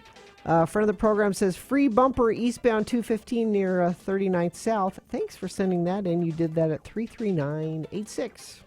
All right, it's time for boner candidate number 3. Shut up and eat your carrots.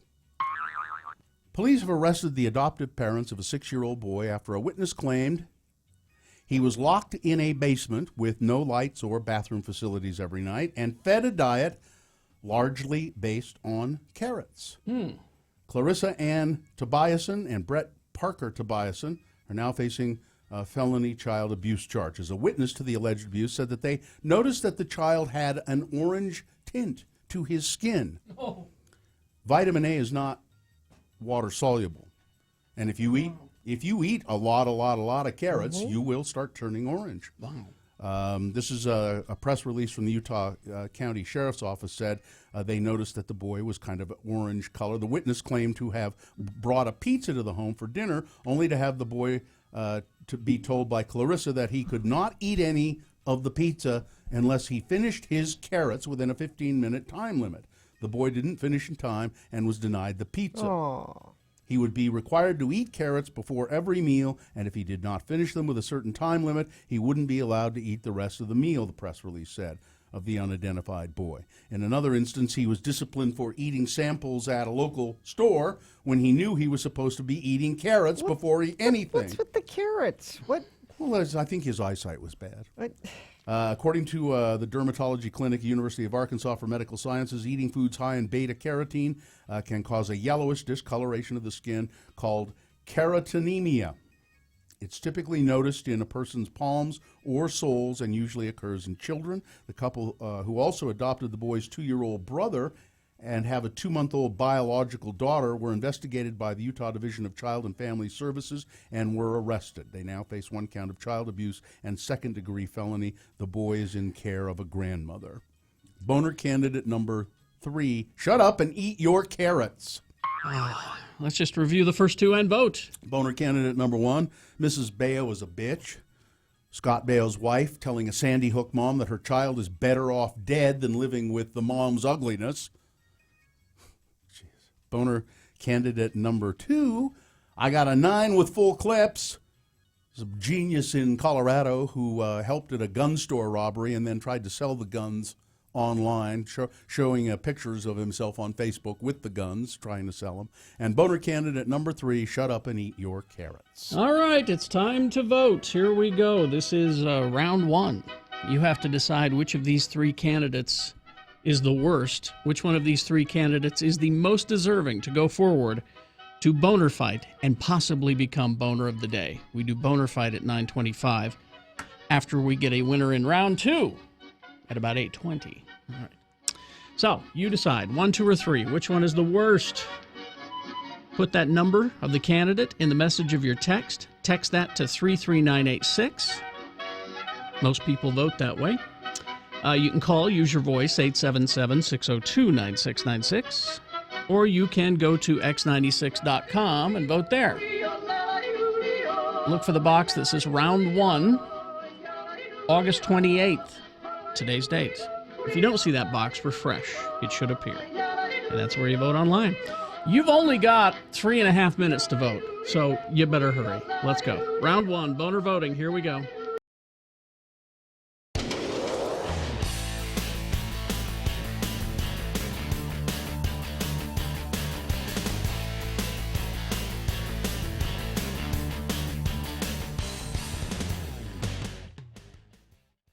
I've just been meaning to ask you, Gina, the last 3 days, and I forgot. Well, the last 2 days. What? So you went to collect your daughter at camp. Yes. On Saturday, I think it was. Friday. And we'd had some discussion last week about the letters, and you had written a letter to her, a daily letter that she took with her. Yes. And you instructed her to open one a day. Is yes. And being the good little girl she Yes. is, I'm sure that's exactly the way she did it. Yes. Whereas when I was a little kid, when I'd gotten to camp, I would just want to open them all. Yeah. Because I wanted to read them all. And then she was incommunicado for a week. For really 7 days? Was it 7 days? Sunday to Friday. Yeah. Okay. And so the only communication that you could have with her would be a letter that she would send you. Right. And you kept waiting for the letter. And I said, you're not going to get the letter until after you pick her up. Have you received, as you went to get her and collected her tear-stained pillow and and all of the soiled bedding and everything? And she did very well, actually, at camp. Well, I'm sure she did, but I'm saying there wasn't a tear-stained pillow. I joke. I know. Okay. As I got home with her after we picked it up, it was in the mailbox. As I thought. Yes. And was the letter tear-stained? No. Was it very detailed? Yes. What did she write it the first day, or did she just write it, like the day before you? And then express it. She wrote it halfway through, and she said, "Next year I know to write it earlier in the week." But there you go. But it might have gotten to you. Mm-hmm. But it was a happy letter. I'm having a great time.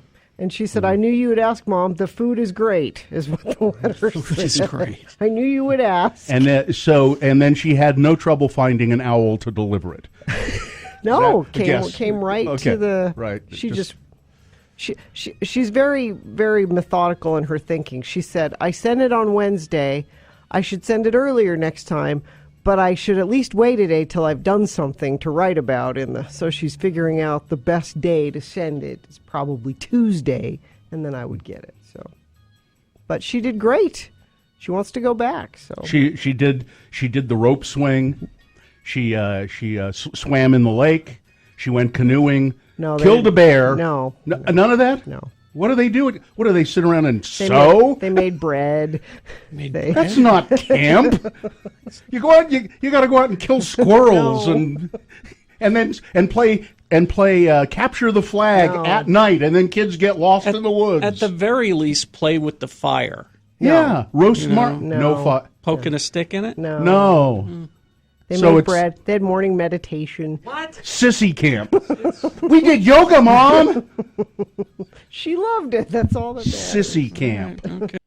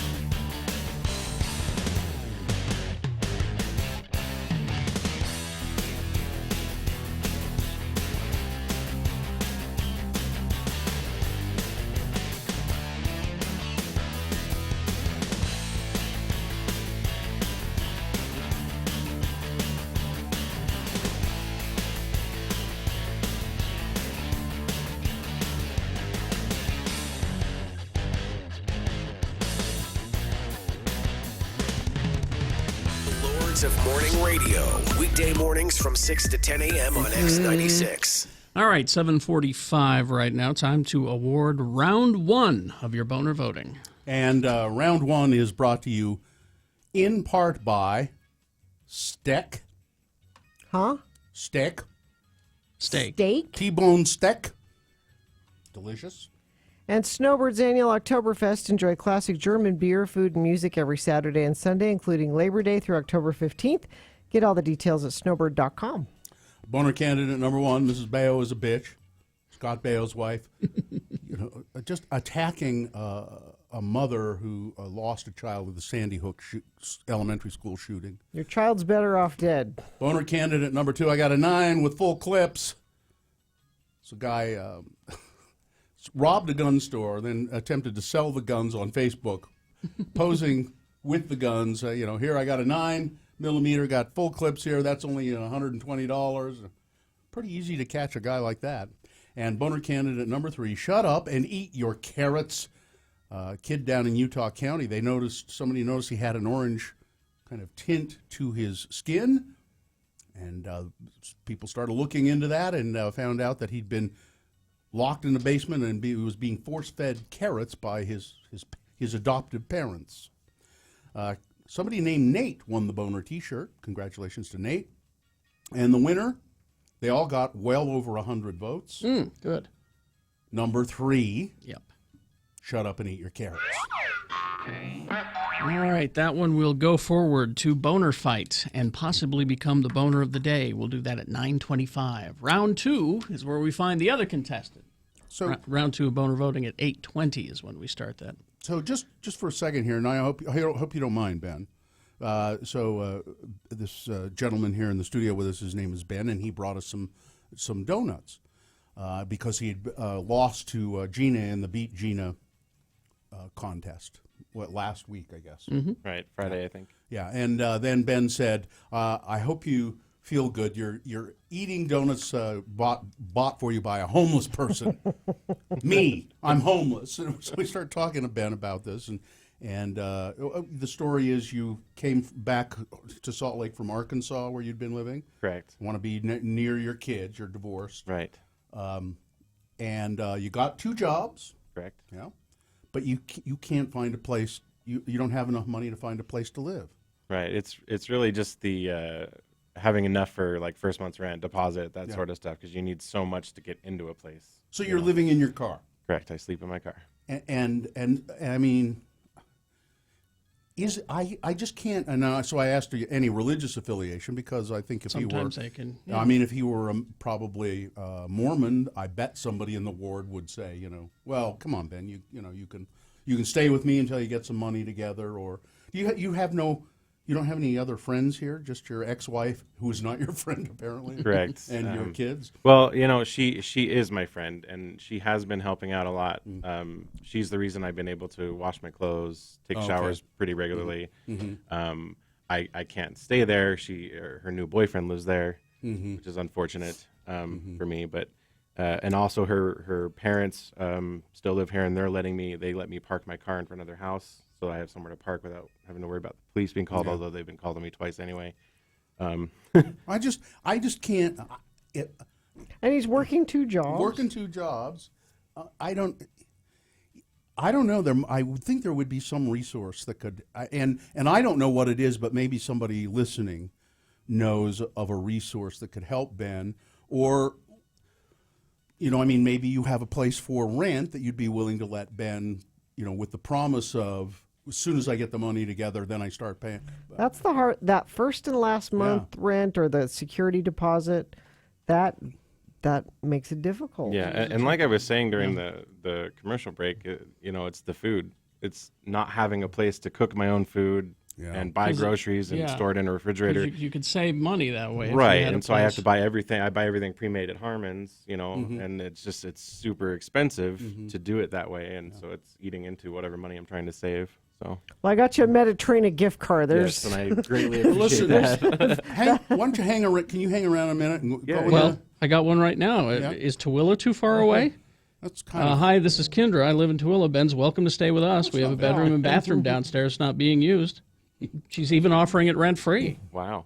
Well, listen, 877-602-9696. Maybe go hang out in the booth there Yeah, with hang Richie out for with a Richie second and, see, some people might call in and have an idea for you, maybe a place you can stay, or they know of resources. Or They're also saying check out r/Salt Lake City on Reddit. Someone was looking for someone to take over their lease on a one-bedroom recently. Oh, that's a way to get out of the. Well, yeah. deposit. Let's 877-602-9696. Let's send you into the booth with Richie, and we'll see what sort of information. Thanks, I appreciate it. Yeah, we and can by the get. way, these donuts that you brought us, somehow they taste even sweeter knowing that you're homeless. I don't know. I don't know why that is. But thanks, Ben.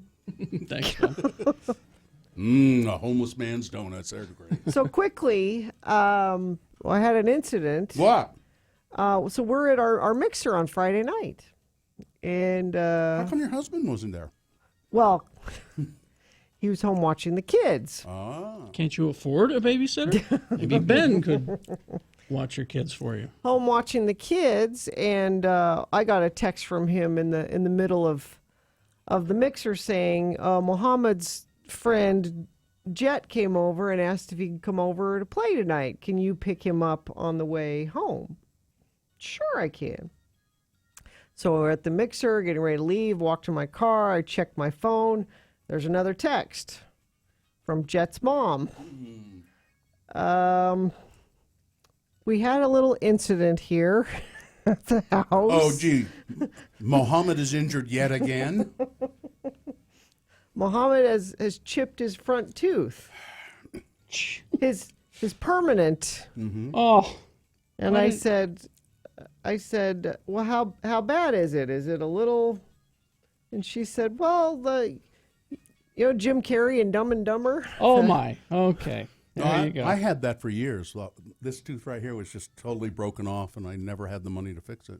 So I had that. I've told the story on the air before of when my sister Mikkel and I were roller skating in the unfinished basement, and we ran into each other, and we both knocked out the same tooth at the same time. A similar injury. So how did he accomplish this? I have a guess. Let's run back and forth. So they were going to. Jackie has a chest freezer, with the top opens on the top, and it was stuck. And Jet was trying to open it up, and and Muhammad said, well, I'll come help you. So he wanted to show Muhammad the body. Yeah, they were getting a popsicle. Oh. And so the two of them together pulling as hard as they could, when it decided to release finally, slammed up into his face.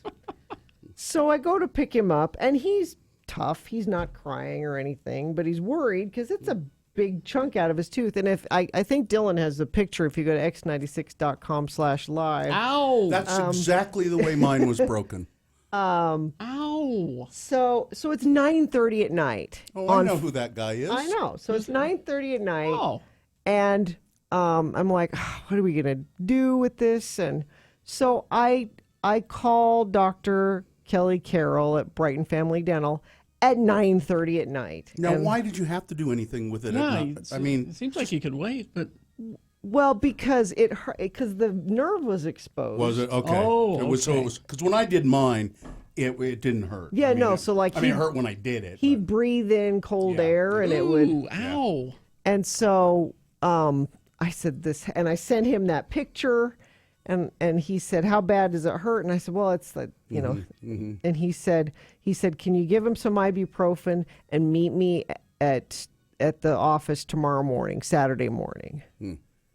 So he came in. This is how great Dr. Carroll is. Came in on his Saturday, opened up the office, and if you see the picture, if Dylan can put it back up, you can't tell which tooth it was that was broken. No. He Oh, he did a repaired great it job. so perfectly. And this teaches your son is he can do anything he wants and it'll be okay. I want to thank Dr. Carroll because number one, I called him late at night and he answered, and he came in on a Saturday to fix it, and he did an awesome job. And We do ads for Brighton Family Dentistry. And we say that he'll do that. And but I kept thanking him, and he said, "This is my job." He said, "Part of my," and what I'm telling you is, this isn't special treatment for me.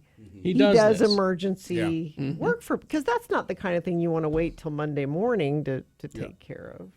Well, that's cool. So That's very thank cool. you, Dr. Carey. Who spanked the kid? Yeah, I know somebody needed to spank Nobody him. teach him a spanked lesson. anybody. It was an accident, and we have accidents on the road. There are no such things as accidents when it comes to that kid.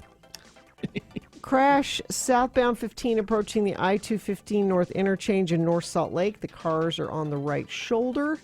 Heads up, expect 15-minute delays southbound on the red line. This is a tracks update. Southbound on the red line from Meadowbrook Daybreak due to mechanical issues. Possible southbound blue delays as well. That's traffic. Thank you very much. How's the progress in there for Ben, Richie? Gonna find him a place? We found a place. Got something for him. Terrific. Thank you all for stepping up. Yeah. Friends of the program are very nice. That's why our listeners are the best. He seems like a very nice guy. Yeah. He does. He's trying hard. He's doing all the right things. It's just this little situation, and people step up to help. That's great. Bill Frost has tweeted that he will be talking TV with us very soon.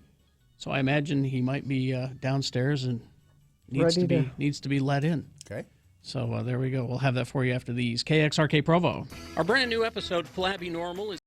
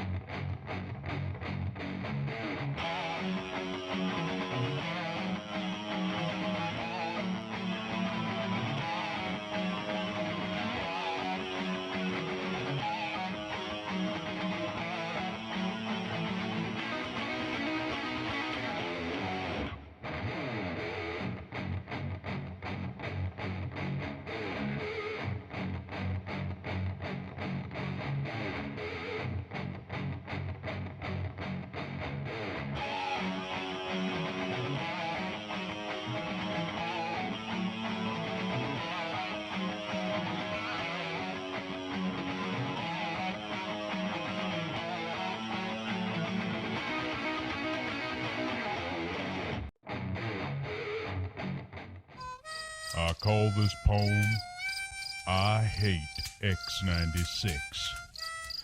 I can ride the wildest bronco in the wild and woolly west.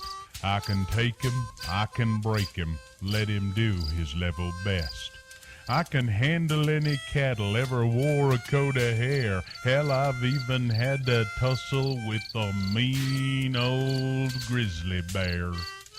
But there's one thing I can't handle, it nearly makes me sick.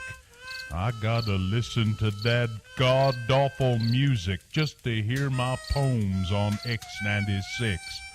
Oh, it's nice of Carrie and Bill to play my poems on the radio, but God, that music they put on about makes my lunch chunks blow.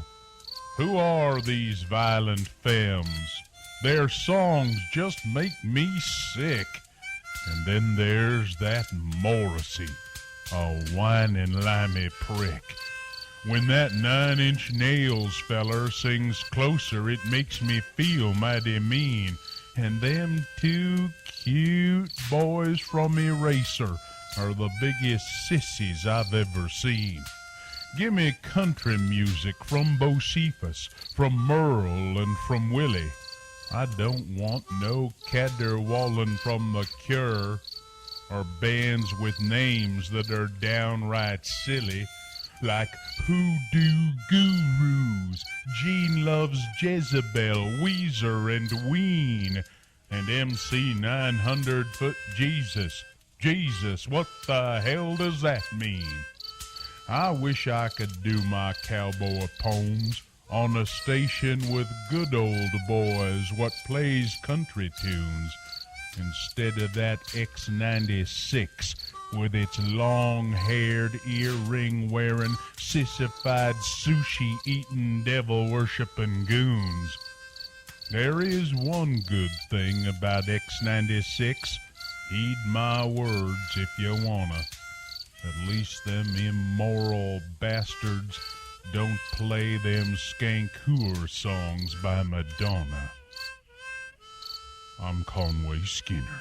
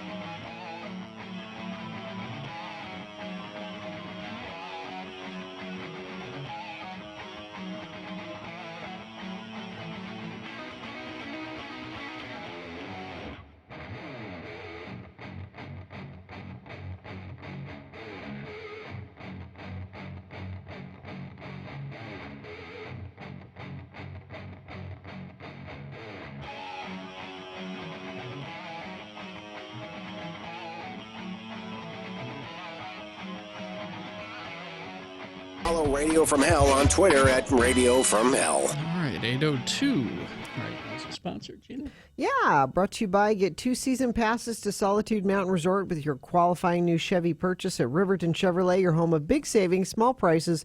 Go to rivertonchevy.com. Bill Frost writes the TV column for the City Weekly. He does a podcast called TV Tan, and he just generally farts around doing other stuff. Yeah, farts around. Where can people find all that farting around? BillFrost.tv. Find all that stuff. Has somebody already claimed fartinaround.com? Oh, I'm sure. Maybe fartinaround.net. Look it up. Fartinaround.org. TV. It's a nonprofit. Fartinaround.uk. Hi, Bill. Hello. So what's coming up on the TV? Well, since I wasn't here last week, I didn't get to mention the new series, The Tick, on Amazon Prime. On Amazon Prime. I need to check into that. Have you seen it? I've seen a little bit of it. Yeah, I was a fan of The Tick before. This is a little different, not wildly different, but it's It's not David, or it's not, what's his name? It's not Patrick Warburton. Patrick Warburton. It's a new guy. Putty. But it's still the same guy who created the series. Ben Edlund, who created the comic book. Who's been working this character since high school. Yeah. He's producing it and helping write some of the episodes, and it's Peter Serafinowicz, the British actor, is playing the Tick. Another British actor. Taking a superhero job. But he's playing it. He's playing it kind of like if you combine Adam West with, William Shatner, kind of. So over the top? Over the top, and by golly, What are the Tick's... He's nigh invulnerable. He's tickish. He's nigh, but apparently, if you grab him by his antennas, that's his weakness. If you grab, you can wrestle him to the ground if you grab him by his antennas. Is he a bloodsucker? No. Why no? Unless it's justice that he's bloodsucking. Yeah, I don't think this is for me. It probably isn't, but I've heard people who have sat through all 8 of them and they quite enjoyed them. Yeah. So the pilot went up last year. It was one of those things like, we want more of this. Yes. Vote for it. And also Kathy Bates' thing, Disjointed, on Netflix. Now, what's the plot of that? It's from Chuck Lorre, the guy who does The Big Bang Theory. It's yet another show with the laugh track. Mm-hmm. But this is on Netflix. Netflix, and it has laugh track? Yes. Yeah, there are shows with laugh tracks on Netflix. It just looked like Weeds to me, except with Kathy Bates. Except it's not good. She owns a weed store that's a weed dispensary in California. And it's run by her son as an MBA, and they want to open up a chain of them or something. Yeah, the best. I wish I had written this. The best description I read about this was it's a weed comedy for people who don't like stoners. Who don't like stoners. There was a thing, the only reason I know about it, there was a thing about her in the New York Times yesterday. Yeah. And one of the questions, the first question that the interviewer asked her was, so this show is about pot dispensaries, do you smoke marijuana? And she said, oh yeah, absolutely, every day. Ever since I had my cancer, she had a double mastectomy a few years ago. And she said, I probably smoke it every day. It's the best thing I've ever found for pain control. Yeah, it's basic. She passed on the new American Horror Story season to do this, and I think that was a mistake. Yeah. In a very slow week, coming up tomorrow night, Utah's own Ryan Hamilton. Who? He's a Comic. stand-up comedian. Oh, okay. Yeah. We offended him in here once. Did we? Yeah. How did we do that? I don't think we were very nice to him. Were we not? Was because he wasn't very funny to Well, us. Well, he's on Netflix now. Okay. He's got his own Netflix comedy stand-up special. It's called Happy Face. That just doesn't seem right. Well, everyone's getting their own stand-up I special. guess so. All right. You may eventually. I don't think so. No, I'll never do No, stand-up. It's like jury duty. You'll get one. You get assigned to stand up. Sorry, Yeah. Netflix is just on the phone, sir. They are demanding. Oh, damn it. And I recommended this a few weeks ago. I'm going to re-recommend it. Mr. Mercedes, if you have DirecTV. I've been watching it. I quite like it. Yeah, it takes its time. Yeah, it's slow. It's one slow, of but those- not in a bad way. I read the books, so I should probably watch it. It's a Stephen King thing. And Brendan Gleeson is just incredibly Yes. good. He's really good. I think the guy who plays the villain is a little over the top, but A little bit. Yeah, but other than that, I like it. And also another one I'm going to re-recommend, a very funny show, The Guest Book on TBS Thursday nights. I have been sticking with that. It's it has its moments. Yeah. What is that about? It's a cabin in the woods. Well, a series of cabins, but there's this one particular one called the Froggy what? The Froggy Room or something. Froggy Bottom Cabin or something like Okay. that. And it's different characters every week checking into this cabin for various different reasons. It's like Room 104 on Yeah. But much HBO. funnier. But yeah, a lot funnier. The Duplass brothers, I'm so done with them. But now there are some main characters. There's a strip joint in town, and so you meet the stripper and her son. And then there's the guy who lives next to the cabin, who's there all the time. And he's the actor that your wife doesn't like. Garrett. Garrett Dillahunt. Garrett Dillahunt. Yeah. I love that you could just say that actor your, Your wife doesn't like. Well, and we know who she's that got a is. thing against Garrett, a jihad against Garrett Dillahunt. And then the guy who manages the cabin and his wife. And Yeah. so they're in the show occasionally, but it mainly focuses on these different groups of characters that are coming through the cabin. It's a different story every week. Yeah. It's rather amusing. It's comedy though, not horror. It's comedy. Yeah. Yeah. Okay. I quite like that one.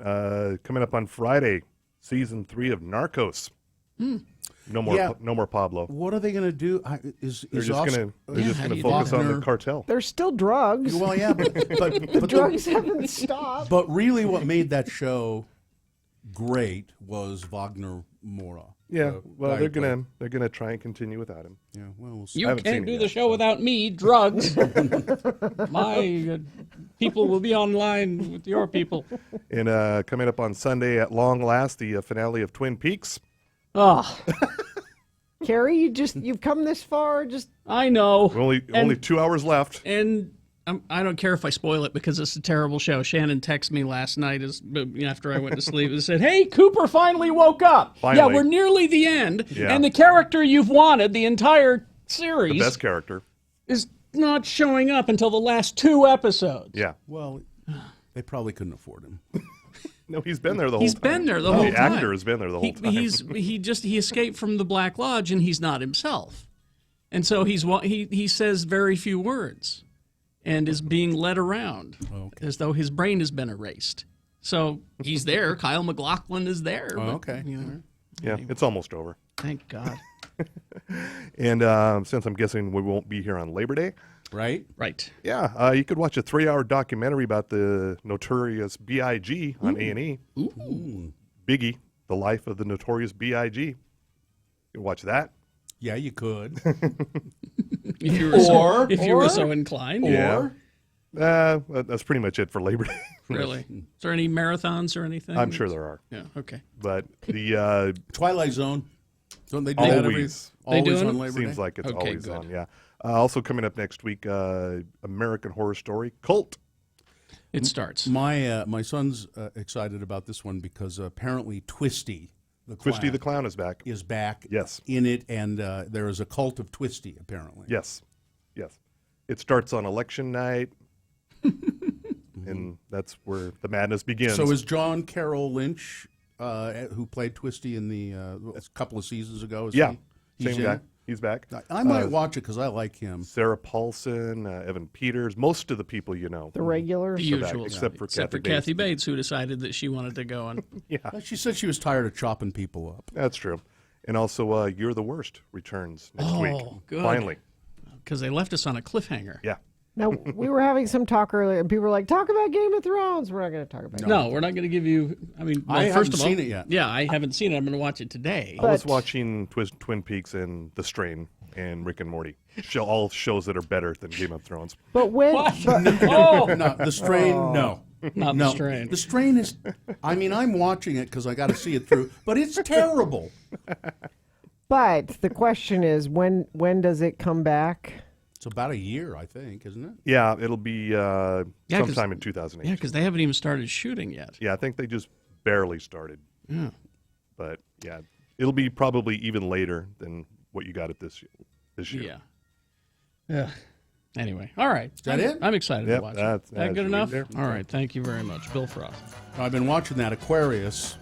David which is Duchovny, chasing Manson. Chasing around Charles Manson. There are only 2 seasons of it. It's a pretty good show, except for David Duchovny. Well, he's playing David Duchovny, as always. A very dynamic character. Sam Hodiak is the name of the character. Detective Sam Hodiak. I'm a detective with troubles. Hodiak! All right. Do you have traffic, Gina? I do. There's a crash westbound I-215 at the top of the ramp from Union Park toward 280 East exit. Delays on the southbound red line of, this is the tracks, Meadowbrook to Daybreak due to mechanical issues. Possible southbound blue delays as well. Crash southbound 15 approaching the I-215 North interchange in North Salt Lake. Crash northbound I-15 approaching 114 South and Draper off to the left shoulder. And looks like that's about it. That's traffic. We've got Boners Round 2 coming up. Your candidates are Yes. the racist Freudian slip, field trips. It should be R. It says here field trips. Field trips are usually to a bakery or a dairy. And boner candidate number 3, somebody please pay attention to me. All right. We'll have all those and news coming up in just a moment.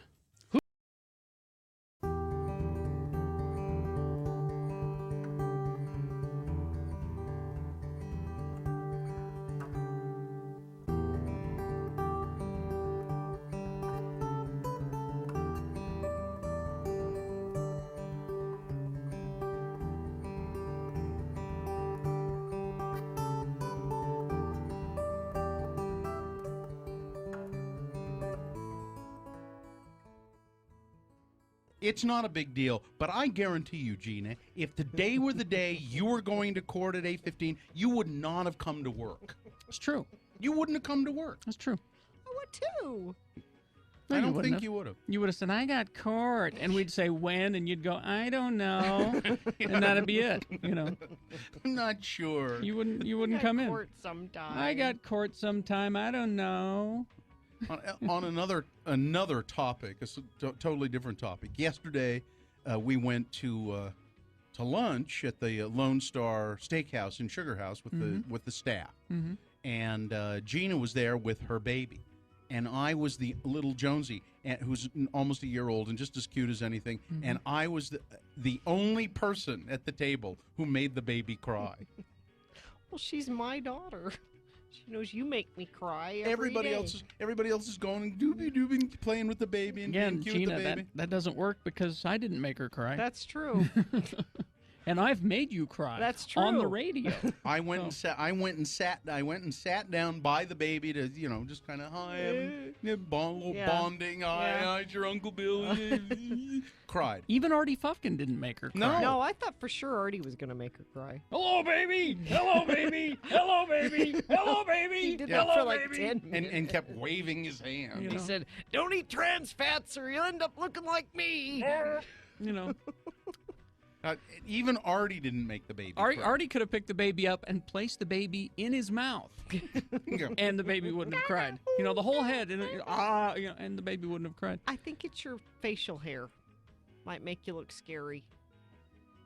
I'm just guessing. Was I the only one there with facial hair? Mm-hmm. Well, Heather. Just kidding, Heather.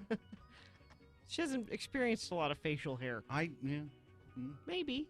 I don't know. And then I brought her over to you later. Like, it's safe with mommy holding you kind of thing. I gave Bill a hug. See, he's nice. She didn't cry then, but she was barely holding it. She had the face. Barely holding it together. She had the you could see face. she was just like any second she was just gonna. It was the face. We were there for 2 hours, and she was good the whole time we were there. I didn't have to get up and walk around with her once. Are you surprised? No, but Are you bragging? yes. Okay. So she's like that all the time. You're just bragging. Yes. Yeah. And she didn't do that once, does she usually? Well, no. Well, wow. She ate all kinds of things for lunch I didn't eat. She had tomatoes. She ate the tomatoes off my salad and my onions. Did not. And then, she ate all She my ate- onions, and then I picked onions. She really ate oh, onions? yeah. Loves onions. And I said, Carrie, you can eat that onion? Here. But she doesn't have teeth.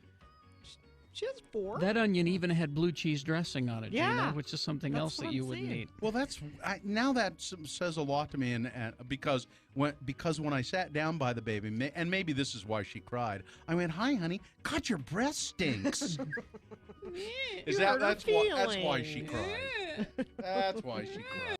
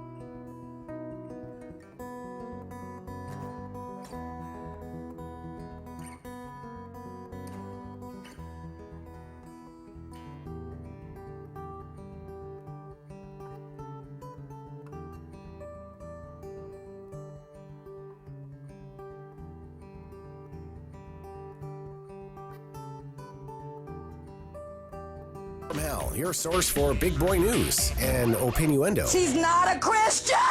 Celebrity news and other stuff we come up with right before we turn on the microphones. Listen weekday mornings on X96. All right, 8:20 right now. Time for round 2 of your boner voting. 3 news stories that are examples of bad, stupid, or funny human behavior, and you will decide with your vote who is the worst of these 3, who is the most deserving of these 3, to go forward to Boner Fight and possibly become Boner of the Day. We'll do that at 9:25. 2 candidates now, then a third after the Big Boy News. Once you've heard all 3, you'll vote. One of you lucky Boner voters randomly will receive a pair of tickets to see Lost 80s Live featuring Tony Hadley. You know who he is, Bill. He's from Spandau yes. Ballet. Oh, that one guy with that one band. Cutting Crew, Wang Chung, Naked Eyes, Berlin. September 7th at the Gallivan Center in Salt Lake. Tickets are on sale at SmithTix.com. Here's Boner candidate number 1. The racist Freudian slip.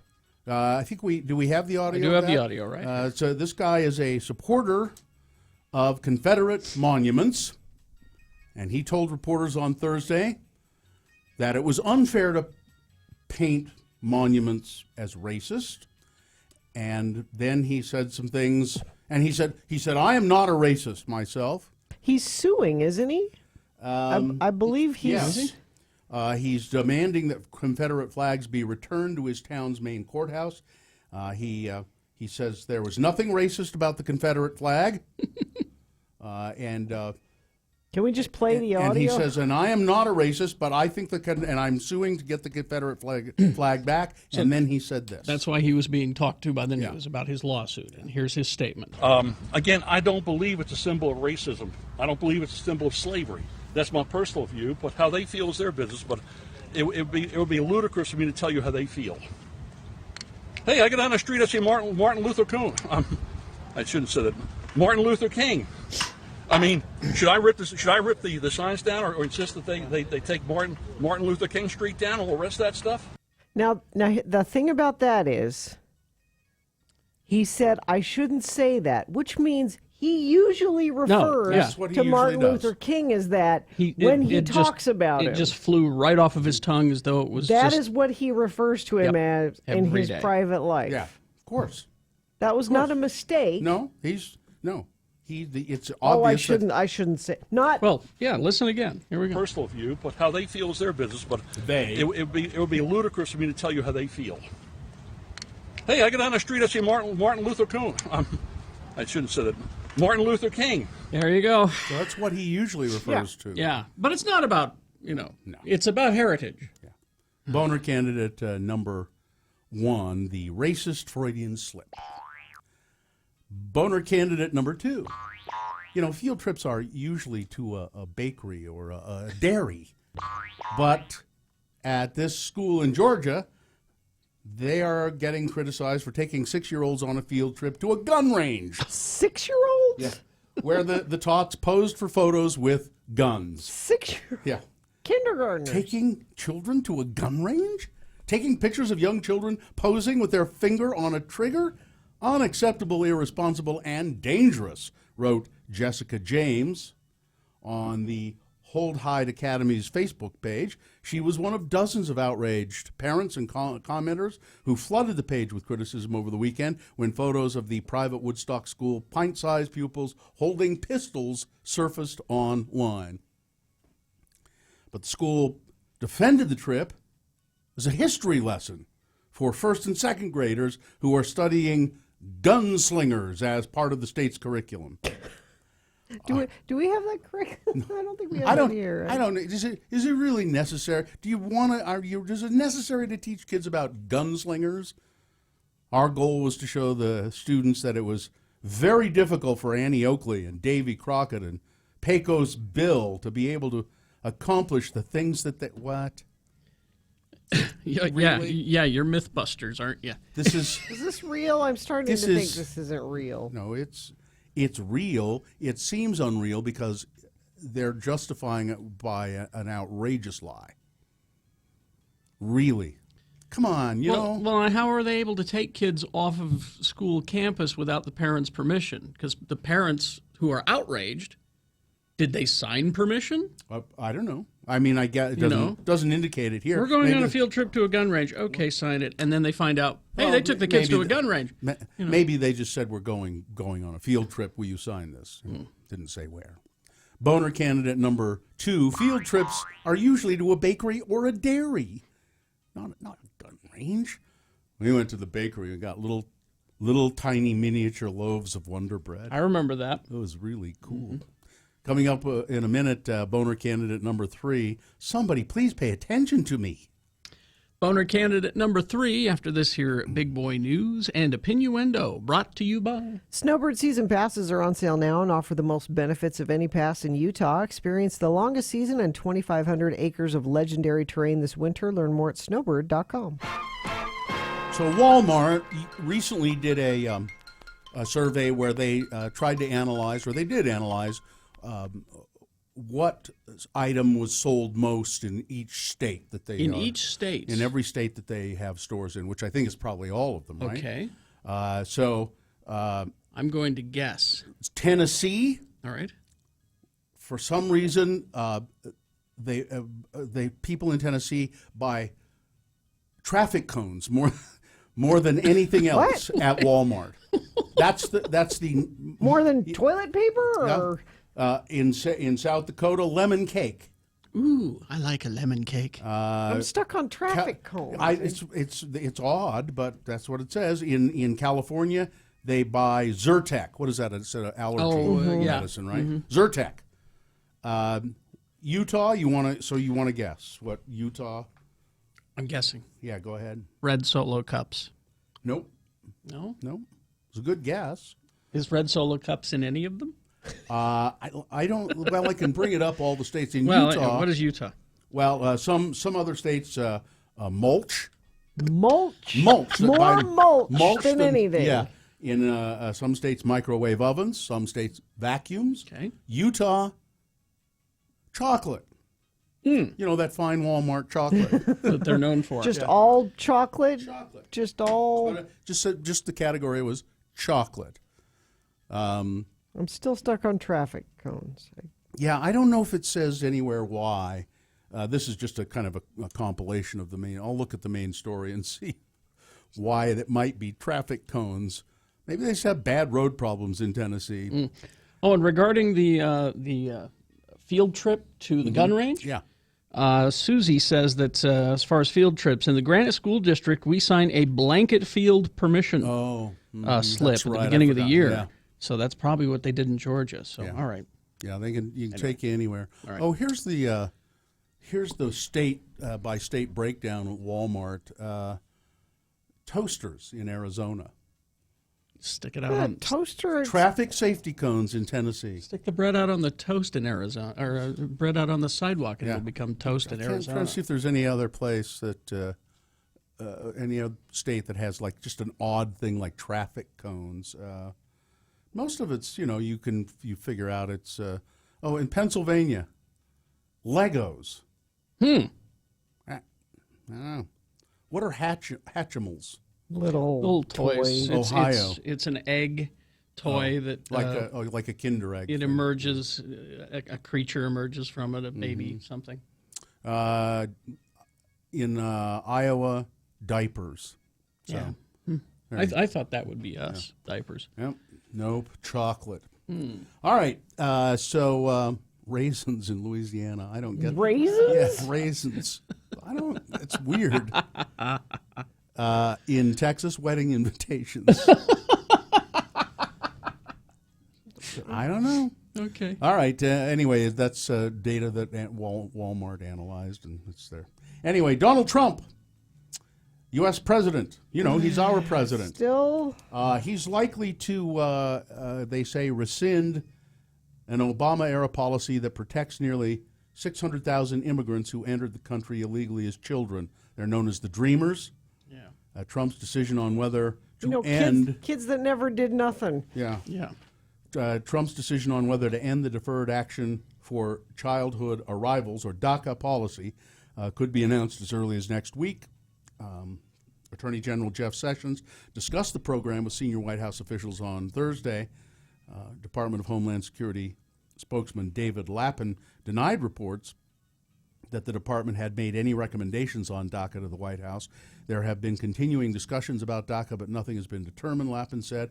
White House Press Secretary Sarah Sanders told reporters on Friday the program continues to be under review. Well, but most people are saying he's probably going to rescind it. Well, yeah, Trump is And so obsessed with Obama. It's like, bring me everything that he passed. I want to look at it. These are just kids that were brought here by their parents. They're American as far as they're concerned. They want to go to school. They want to get a job. They don't They're want lawbreakers, Gina. Lawbreakers. They're not citizens. But all of this stuff, and Donald Trump continues to insist that Mexico will somehow pay for that wall. Wrong. When he was called on that, just on Sunday, he took to Twitter to push his plan for a wall on the Mexican border, and he's still insisting that Mexico will fund it one way or another. Or they'll reimburse us. We'll upfront the money and they'll reimburse With us. Mexico being one of the highest crime nations in the world, we must have the wall. Mexico will pay for it through reimbursement or other. Or other. Trump. Other tweeted. being us paying for it. So this is all based on a really fallacious policy. Donald Trump and the people who believe in him and follow him continue to insist that these illegal immigrants who come to this country commit more crimes than anybody else. It's just and not it's true. absolutely not true. Nope. Statistics will bear it out that they are less likely Yeah, to commit they crimes want to than lie- residents of the United States. They want to lie low and work and make money and take care of their families. Wrong. That's what they want to do. And they don't want to get in trouble. Salt Lake City, new stricter prostitution laws. If you don't want to have to explain to your spouse, Gina, or significant other why you need a ride home from the Salt Lake County jail, then don't go out patronizing prostitutes. I don't. Well, okay. See, the law is working already. That's the message Salt Lake Police want to get across to all potential Johns or Johnettes, as Gina would be. I'm not. The penalty for soliciting a prostitute increased earlier this year from a Class B misdemeanor to a Class A misdemeanor. And with restrictions on the jails recently lifted, Salt Lake Police Detective Greg Wilking said every person arrested for patronizing a prostitute will go to jail and their car will be impounded. In addition, a person convicted of patronizing a prostitute could face a $2,500 fine. We want the message out there that you can't come to Salt Lake and pick up prostitutes and not have consequences for that. I think a lot of people aren't aware that there are prostitutes in Salt Lake, so I don't think That's what I'm getting. they're not going to Salt Lake City, the prostitute mecca. No. It's just not. Well, you see a lot of massage places in strip malls. Those are massage places. Uh-huh. I'm sure they are. And there was this was a weird story. It's a guy rolled his car in Big Cottonwood Canyon. Did you hear about this?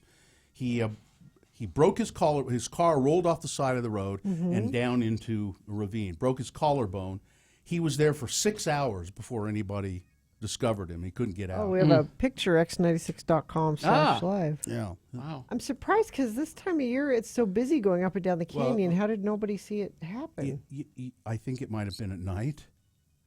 According to Unified Police, the 34-year-old man was driving. He swerved to miss an animal before the crash that occurred near the Laurel Pines area of the canyon. Yeah, very late Saturday or early Sunday morning, so it was dark. Authorities at the scene say the vehicle went airborne, hit a tree. The man eventually crawled out of the car and was able to finally flag down a police officer on Sunday morning. A cop who was doing a check of the canyon, just drive up. I guess they do that routinely, just kind of drive through the canyon, check. So he's going to be okay, but it was 6 hours there. It's awful. And then finally this, Carrie, for you. Yes, thank you. Pretty boy Floyd has been recaptured. Or captured after a week on the loose. A pet monkey named Pretty Boy Floyd. Yes. Owner Bill King's eyes filled with tears of joy when his 14-year-old daughter used some honey to coax There he is. the monkey back into captivity around. You can catch more monkeys with honey than you can. No, wait It's a my minute. favorite. It's my favorite kind of monkey, a capuchin. He kind of came straight up to her because she had some honey. It was a pretty good, interesting chase for the monkey, but he's been caught, and they're taking him to the vet for a checkup. Pretty boy Floyd showed up Monday outside of the home of Ron Merritt, whose girlfriend gave him some bananas on the deck while Merritt called the cops, but the capuchin monkey evaded the animal control officers who chased him with nets. Because they're smart. He disappeared into the trees, but then the following day they lured him out with some honey, and there you go. He's back to his home where he belongs.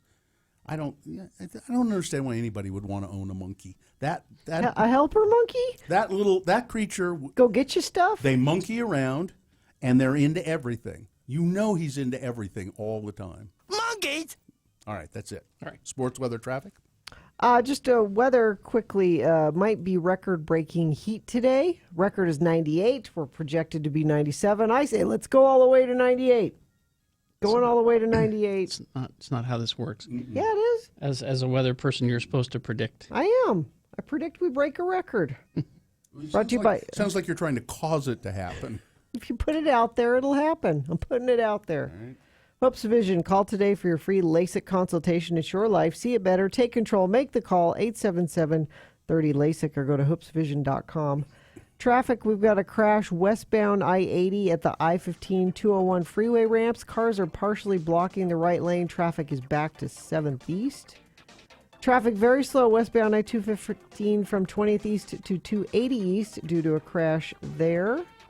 Let's see, we've got signal problems all directions. 138 South Bangor Highway. Crash northbound I-15 114th South. We were doing so well, and now we have things. I'm sorry, we have things. Traffic brought to you by the Ruin and Sugar House, a modern bar open daily from 4 p.m. to 2 a.m., featuring weekly bingo, DJs, and live music located on Wilmington Avenue. Ruin, work is the curse of the drinking class. Here's boner candidate number 3. Somebody please pay attention to me. A veterinary nurse at a private clinic deliberately poisoned her pet dog in a bizarre case of animal cruelty that's thought to be the first of its kind to come before the courts. Georgia Bretman injected her black and white Cocker Spaniel Florence with insulin, which made the animal collapse and suffer convulsions and seizures. The damage was severe. The 2-year-old dog could have fallen into a coma or died, although the dog has since recovered. Oh, good. So Okay. the dog is recovered. That was my next question. Vets at the out-of-hours practice. I guess this is in England, so what is an out-of-hours practice? Would After be hours. The after-hours Yeah. practice, yeah. Where Bretman worked, became suspicious after the dog, Florence, was brought in for emergency treatment on several separate occasions, always suffering from the same unusual symptoms. Although no explanation was offered as to why she harmed her pet, the Glasgow Sheriff Court was told that she is an attention seeker. I was going to say, is this Munchausen by proxy with your a dog? dog? Yeah, I think so. The spaniel has been rehomed in the town. On one occasion, her employer gave Bretman an evening off and then correctly predicted that within a few hours, she would be back in with the dog. Sure enough, back in with the dog suffering convulsions. Boner candidate number 3. Somebody please pay attention to me. All right, let's review the first 2 and vote. We had boner candidate number 1, the racist Freudian slip. This asshat in Tennessee, Georgia, the South somewhere, supporter of Confederate statues, told reporters that it's unfair to paint those statues as racist, and he said this Confederate flag is not racist at all. It's not a symbol of racism, and he also said, I don't think that when I see a statue of Martin Luther King, I shouldn't say that. I shouldn't say that. Yeah. Boner candidate number 2, field trips are usually to a bakery or a dairy. You don't take 6-year-old kids from school to a gun range and have them pose with guns. And boner candidate number 3, somebody please pay attention to me. All right. Who of these 3 is the worst? Who of these 3 deserves to go forward to boner fight and possibly become boner of the day? This is round 2. You decide. Candidate 1, 2, or 3. Remember your candidate number, the one you think is the worst. 1, 2, or 3. Put that in the message of your text. Text that to 33986. Okay? Pretty easy to do. You can use your voice to vote. Call 877-602-9696. Or you can go to x96.com and look for the box that says August 28th, round 2 and vote there. If you don't see that box, refresh. It should appear. You've got less than 300 seconds. Round 2, let's go. Boner voting.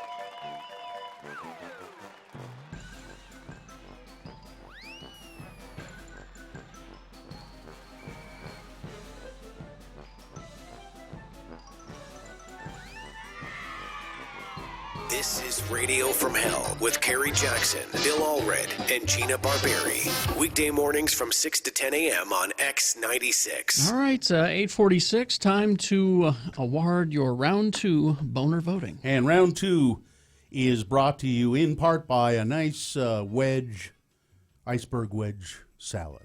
And Even Stevens Sandwiches presenting Give Stock September 9th at Fort Buenaventura Park, featuring Dr. Dog, Joshua James, the National Parks, Fictionist, and more. Get half-price tickets at Even Stevens locations or full price at GiveStockFestival.com. Dr. Dog is a really fun band. Let's see. So we had boner candidate number 1, the racist Freudian slip. The guy talking about that the Confederate flag is not a symbol of racism, and he doesn't think about it one way or the other when he sees a statue of Dr. Martin Luther King. I shouldn't say that. I shouldn't have said that. It's what I say to my friends, and I forgot who I'm talking to. Boner candidate number 2, field trips are usually to a bakery or a dairy. Don't take 6-year-olds to a gun range and have them pose with guns. And boner candidate number 3, somebody please pay attention to me. Woman apparently seeking attention. She worked at a veterinary office, and she would inject her dog with insulin so the dog would get sick, and she'd have to take it into the... It's weird.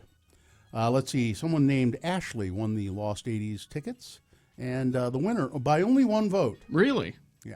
They both did very well, number 1 and number 3, but it was number 1, the racist Freudian slip.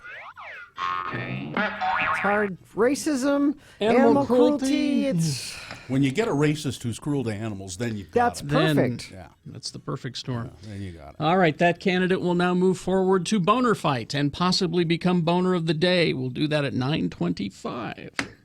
Geek News on the Radio now brought to you by Cabin Fever. Action figures, playing cards, puzzles, gift books, large selection of licensed merchandise.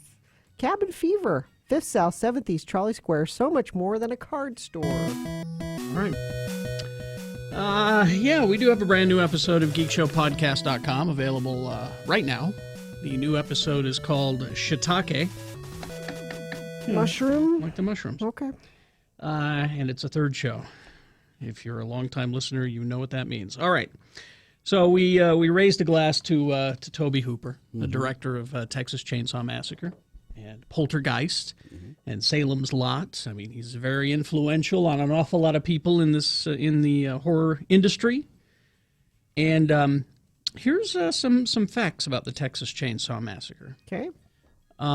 Little-known filmmaker. He was doing documentaries and TV commercials before that. Then he made it for less than $300,000 in his native Texas. Became one of the most influential films in horror. Just a landmark. The film was controversial. Several countries banned it. The independent film, aided by its reputation, grossed $30.8 million, playing for 8 years in drive-ins and theaters. Really? After its release. Texas Chainsaw Massacre not received well by critics, obviously. Well, not surprised. Harper's called it a vile little piece a vile little piece of sick crap. Roger Ebert said it was without any apparent purpose, unless the creation of disgust and fright is a purpose. Yes, it is. Yeah, that's exactly what it's. Yes. But its renown steadily grew. Many appreciated its harrowing craft, comparing it to Alfred Hitchcock's Psycho, which also took inspiration from Ed Gein, Texas Chainsaw Massacre, was selected to the Director's Fortnight of the 1975, so it's the year after it was released, 1975 Cannes Film Festival. Later, it would become a part of the permanent collection at the New York Museum of Modern Art. Really? So it is historical. It is a historical document. Yeah. All right, the Han Solo movie. This is some sad news, actually. Michael K. Williams, the actor from The Wire, who was Chalky White on Boardwalk Empire, got that scar, you know what I'm talking about. He was in the Han Solo movie. Okay. I say was. He's been cut out. Why? The actor said it was because he is making another movie when they needed reshoots. Let me just read his statement. He says, when Ron Howard got hired to finish out the film, there were some reshoot issues that needed to be done in regards to my character in order for it to match the new direction which the producers wanted Ron to carry the film in. And that would have required me on a plane to London a month ago to Pinewood to do reshoots. But I'm here on location in Africa. It's scheduling. I'm not going to be back on the market until the end of November after Hap and Leonard. And for them to wait that long, for me, they would have had to have pushed back the release date. So they're just totally cutting him out. They wanted it, they wanted him now, and so they can't, and so they're just going to go clip, clip, clip, as he said. Yeah. And it's unfortunate. He says, my character was half human, half animal, performance capture, and I'm actually kind of proud of it. It's unfortunate. He says if it's performance capture, can't they get someone else to do the reshoots? I don't know. Maybe that's what. Apparently what not. What? Did no one think of this? Maybe Give that's me what Ron they did. Howard's number. I'm pretty sure Ron Howard. Listen, he's told me not to give it out. Miss Brandt, get Hollywood on the phone. They just haven't thought this through. I think they probably have. Gina Barberi will straighten this out. You know what they ought to do? Let's see now. Coming up this weekend is what is called Force Friday. Disney and Lucasfilm. This is when all of the new Star Wars toys get released into stores across the nation. Okay. It's called Force Friday. It happens the 1st through the 3rd of September. And it's a yearly thing. And they've got a new thing for you that you can play with while you're out in the stores with Force Friday. You need to download the Star Wars app. The game is called Find the Force. You visit then more than 20,000 retailers in 30 countries and look for the Find the Force logo, which when scanned into the app will reveal a character who will appear to be in the room. So it's kind of like a Pokemon Go. Pokemon Go, It's yeah. like that, except it's more, it's life size. First of all, the demo that they showed was Admiral Akbar. So it was like, you look and it's Admiral Akbar is standing in the hallway there with you. And he moves and he says, "It's a trap." Because it always is. I always wondered if Akbar was sad that that's what he's been reduced to. Why? He's so much more than that. He's so much more than I know they gave him some more to do in one of the newer movies. No, that was a different. That was It not wasn't. him. Oh, it was just somebody from his planet. Yeah. Oh, I thought that was Oh, Admiral no. Akbar. No.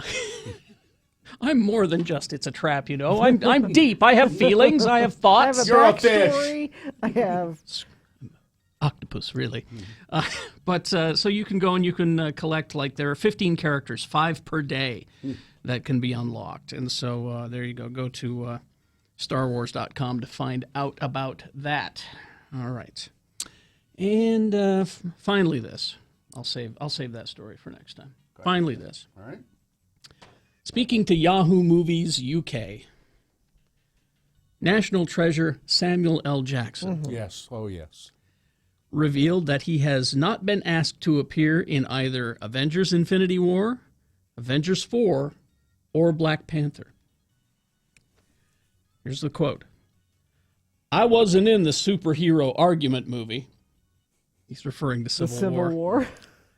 "And I'm not in Avengers 3 and 4. They're shooting them now, and they haven't called me yet.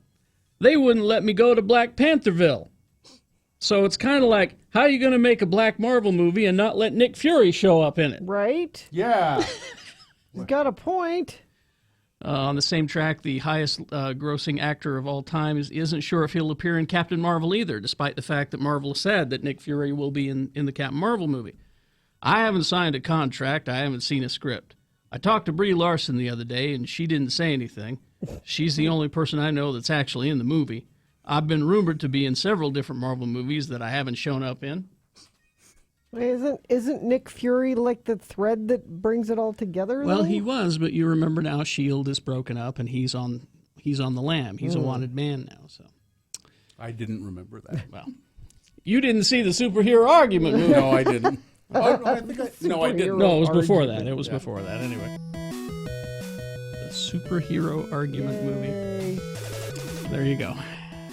On the latest episode of Gina's podcast, What They Ought to Do, Gina tells Ron Howard how to make a movie. Somebody needs to. Apparently. Because I'm sure they never thought of that. Crash westbound I-215 at State Street, off to the left shoulder there. Signal problems, all directions, 138 South Bangor Highway. Crash northbound I-15 at 114th South. Crash westbound I-80 at the I-15 junction, off to the right shoulder. Looks like that is about it. That's traffic. Okay, thank you very much. Do we have a giveaway at 9 o'clock? Doesn't look like it. Oh, but we do have Boner Fight coming up. Stand by for that. KXRK Provo. X96 is your home for non-stop music. We give you a 1-hour non-stop music wingding 3 times a day. This is very unorthodox.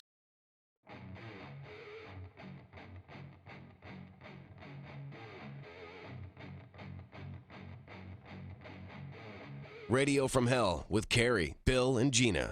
96.3 FM, X96. I got caught in an embarrassing moment this morning. Oh, good. I can't wait to hear. Here at work. Already, I've been at work about an hour now, and already caught in an embarrassing moment. Are you saving it? No, I'll tell you right now. I came in the back door, as I always do. I kind of hope Chris is listening. I don't know Chris's last name. Mancow. Yeah, Chris Yeah, Mancow. sure. Yeah. So Chris is a board operator here in the building, and he tends to another radio station. He's a very nice guy, very quiet guy, very shy, I believe. Mm-hmm. Probably if he's hearing this, is embarrassed to hell that I'm even mentioning him on the radio. He's a very shy guy. So I come in the building this morning, and I'm walking down the long corridor there, and there down at the end of the corridor is a copy machine. And on the copy machine is sitting a big, it's like a briefcase, suitcase kind of thing. Okay. It looks like a toolbox, but not metal. It's a cord, fabric kind of stuff. What do they call that? Cordova. No. Anyway. So it's a big case with buckles on it and everything. And it's sitting there it's just out of place. It's odd. I've never seen it sitting there before. It's sitting, what is that? I think to myself. So then How curious were you? I open it up and start rifling through it. Look at this. Look at this. And I mean, there was nothing particularly strange Wait a minute, in there. you saw someone's luggage lying around and you just opened it? Well, yeah. Didn't you learn anything from the announcements at the airport? Or anything from the Dick Van Dyke Show. God. But I thought in my mind, maybe the reason I opened it is I thought, I wonder if because it looks like one of those things that the copy guy brings with his tools in it. Okay. To repair the copier. But I start going through it, and it's obviously somebody's briefcase. It's got some CDs in there, library books. There's an orange. Yeah. I went through a pretty extensive. No, I didn't. I didn't. Sounds like you cataloged all of the stuff in there. This is all stuff that I could sort of see right there. And as I'm kind of going through it, Chris comes up the hall the other way and goes, "Hey, that's mine." And I went, "Oh, I'm sorry." I thought it was the copy guys. Because if it was the copy guys, that would have been okay to go. Well, it was my duty to investigate as a junior TSA trainee. TSA, which really does mean to stand around. I'm Yeah. just convinced of it. No, so sorry. I apologize to Chris, and I'll apologize again. But just I'm just standing there going through his stuff, and here comes the shyest guy in the building, going, "Hey." X96.3 and X96.com.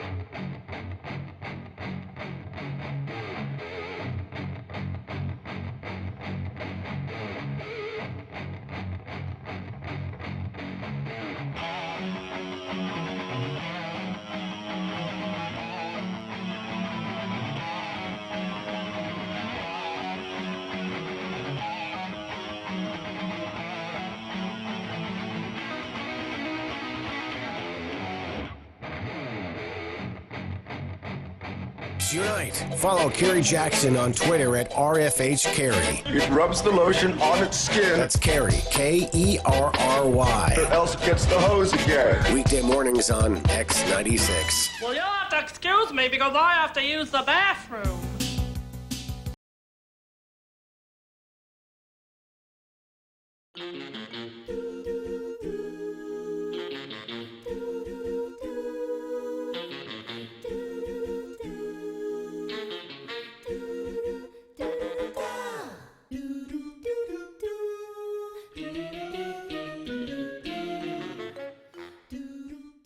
Radio from Hell on X96. So anyway, we're up there, getting bags of food and turkeys. But when we first got there, this is before we went on the air.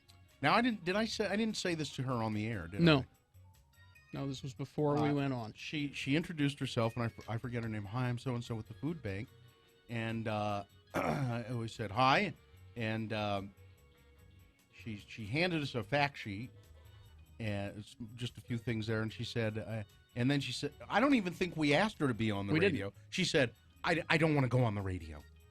And Kerry said, well, come on, we've got to want to talk to somebody from the food bank. Yeah. You're here. You're an expert. I believe every year we have spoken with somebody. Yeah, and I said, well, we need somebody from the food bank. We'd like somebody from the food bank to talk. And she said, well, what are you going to ask me? and it made me a little mad. It did, because it's kind of a and I said, well, question. I'm going to ask you, what the velocity of a V1 rocket is, and how to build a diesel truck, and what is the composition of quartzite. Yeah. I said I'm going to ask you stuff that you can answer about the food bank. The stuff that was on the sheet. Easy stuff. She disappeared. And never came back. Yeah. And no one else from the food bank. No. She was the representative that morning. And you could have handled that a little better. Yeah, I could have. And I think I did say, well, could you get us somebody who will talk? I think I said that.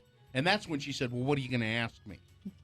I think he was just trying to point out to her that that was kind of a silly question. You're here to represent the food bank. Tell us about hungry people. I was, but I kind of snapped at her. But people that never been on the radio or put in that position, it makes them nervous just right off the bat. Gina, I don't think, again, you really need, other than that seems to be your role, to apologize for this. I'm doing the apologizing. You don't need to. Once again, it's my turn to apologize. Stepping all over Bill's thing. Stop apologizing. I'm apologizing. You're always there to ruin the punchline, and now you're ruining the apology. And quit throwing your shoes at me. Wait, there's another one. So she really never said why she didn't want to be on the air, did she? No, but she was scared. She was nervous. She did the I don't want to be on the air. Maybe she had a real job and was supposed to be at work and didn't want anybody to hear her. No, but anyway, I feel bad about it. I'm sorry. I'd like to find out her name, and I'll send her an apology or. Yeah, I wouldn't call her. You'll scare her. Yeah. I didn't mean to scare you, and I'm sorry. I was a little short. But it's first thing in the morning, and we're just getting it together, and you know how I am. Yeah. But she doesn't. Again, you can't treat everybody like you treat me. Oh, shut up. I can too. You call right now, and I'll tell you to shut up. I don't care who you are.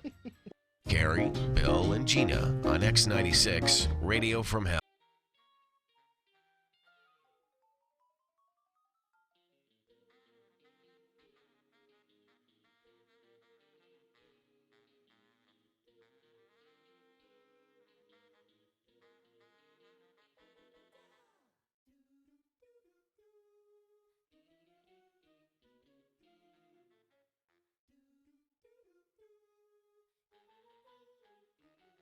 I think good things will happen from that band. You think they're going to go far, do you? They're coming to town. On the 7th. Yes. With lots of people. With that one guy in that one band is... That's Tony Hadley from Spandau Ballet. Yeah. Mm-hmm. And Tommy Two-Tone. Yep. And Naked Eyes and the Cutting Crew. And Wang Chung, I wanted to play To Live and Die in L.A., but we only have the 2 Wang Chung songs you've heard a million times. We don't have To Live and Die in L.A. Go find it today and listen to it. Bring it. You want to play it tomorrow? Bring it. Okay. Mm-hmm. It's so sleepy though. Yeah, it kind of is. It's certainly not an opening number. It's It could be a 9 o'clock potty well, break number. You bring it. Oh wait, Tuesday Tunes with Todd tomorrow. Oh. Okay, Wednesday. They're So not bring here it till the to- 7th. Yeah, bring it to. You know, they could have used that to. Oh, they did use it for a movie, didn't they? To Live and Die in L.A. That was the movie. So you guys, you consider yourself observant? You sort of notice things around He's you? testing us, Carrie. Yeah, I got that feeling. I observed that. That did not get past me. Mostly, do you? Do you think? It depends. I think so. So, here at work, probably not. well, and this concerns here at work. Oh, okay. So Friday, we did the show here. Mm-hmm. I think I was around for another hour and a half or so after the show, maybe till noon. I went and ran some errands. Had to go to physical therapist out in Sandy. So I go there and I'm doing my physical therapy. And at one point in physical therapy, I have to stand up in front of a mirror and do something. At which point I noticed my shirt was on inside out and had been. When was this? Had been Friday and had been since when I put it on at 5 in the morning. What was it? A T-shirt? It was a shirt kind of like this. What do they call this style? A polo shirt? Polo style shirt. It was gray. It was gray, although most of my shirts are kind of grayish in color. But I looked in the mirror and I went, isn't that interesting? The tag is down here on the side, sticking out, and nobody. You guys didn't notice. Nobody in the booth no noticed. Point did you no one take your shirt off and get redressed. You didn't go to the gym or no. I did. I just put it on inside out in the morning, and I didn't notice that it was inside out. Well, then you're not observant either. Well, I didn't look at myself. It's your own body. I didn't look at myself. I don't have any full length mirrors at my house right now. For one thing, so I usually see myself from the neck up. We need to get you one. I know. And we need to make sure you don't get dressed in the dark again. Nobody none of the salespeople, none of that. No. And I think that's Richie, our producer's texting here. He's not supposed to look at me, so that's right. Yeah, don't look at me. But I got one, so I just left it that way. Finished because then I went home. The second I walked in the door, my wife went, "Your shirt's on inside out."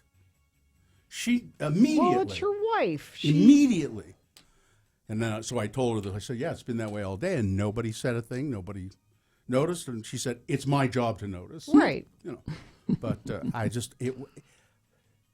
just seemed so weird to me that I wouldn't even. But a polo realize shirt. How is the collar? Because the buttons. And the buttons. How? The collar was fine, but the buttons. But I didn't have it buttoned up at all. There's just 2 buttons on that shirt, like there is on this, just 2. And it's just so strange that nobody noticed it. The people at the physical therapy didn't notice. Do you know what? Friends it. of the program didn't notice on x96.com/live. There was a camera on you all morning and nobody said anything. Yeah, I know. At physical therapy they did. And when I looked in the mirror and I said to the physical therapist, my shirt's on inside out. And she said, oh yeah, it is. It's weird. So it just made me think. I want to be more observant. Can you wear that shirt this week sometime? Because now I want to see it. Yeah, because now I'm curious. Let's see. I don't know if this one's like that. But I want to see these shirts. I know, but there are actual. But you know how there's when there are seams. That's what I'm wondering. Yeah. Oh no, there are big seams sticking up. Now the physical therapist said, "Well, She said, there's sometimes the shirts, they do that for style. That's what I'm wondering. They have it that way. But there was a big white tag sticking off the side. Will you wear it sometime this week? If I burned it. I was so I was so. I don't know what your laundry I couldn't- rotation is. But Again, we gotta get you a full length mirror, and you gotta stop getting dressed in the dark. Yeah. It's really the mirror situation. There has Yeah. not been a full length mirror in my house. Because I think if for you a were to long do time. that before you left, you just Yeah. just Well, kinda, I know. you know. I miss having the full length mirror. you put one right by the door that you walk out of, and Yeah. you give yourself a little A once over. Yeah. Mm-hmm. But I think the reason there isn't a full length mirror at my house is because when I look in it, I go, "Oh my God, you look horrible." Lynn says, "Well, I noticed, but I thought maybe this was your new thing." You know, I'm going to start wearing my clothes inside out. Yeah. This is my thing. Yeah. Sure. Yeah, that's what it was. You're going to see people around town today doing the That's bill. right. Mm-hmm. People are doing it. Yeah. That Bill Hey, Allred does that. I see you're all red in that shirt. Mm-hmm. Yeah, you're billing it. Yeah, all red in it. Well, I just so it made me think I should be more observant of. Well, this is a You special. guys. This is a special occasion. You coming up with a new thing. This is a special occasion. So Well, you gonna send me some flowers? Well, I don't need to send you flowers on a special occasion. I just send you flowers anytime Just I want. because. Oh, that's true. So I'm not sending you flowers. Okay. All right. Well, that's a good idea to not do that. Proflowers.com if you want to surprise somebody for no reason at all while surprising yourself with a special deal. Here we go. For our listeners, get 20% off any of their unique summer rose bouquets or any other bouquet of $29 or more. Excuse me. Their colorful rainbow roses, always a hit if you aren't sure what to send. That's my go-to bouquet when I send flowers for, no occasion, is the rainbow roses. I like the purple ones in there. ProFlowers bouquets are guaranteed to stay fresh for at least 7 days or your money back, and you control the delivery date. I've had them last for almost a month. If you're really careful, you can make them last almost a month. ProFlowers giving you more bloom for your buck. So here's how you do it. A 20% off summer roses or any other bouquet of $29 or more. Just go to proflowers.com and use the code X96 at the checkout. That's proflowers.com, the code X96. Don't wait to make somebody's day. Radio from Hell, unfair and unbalanced.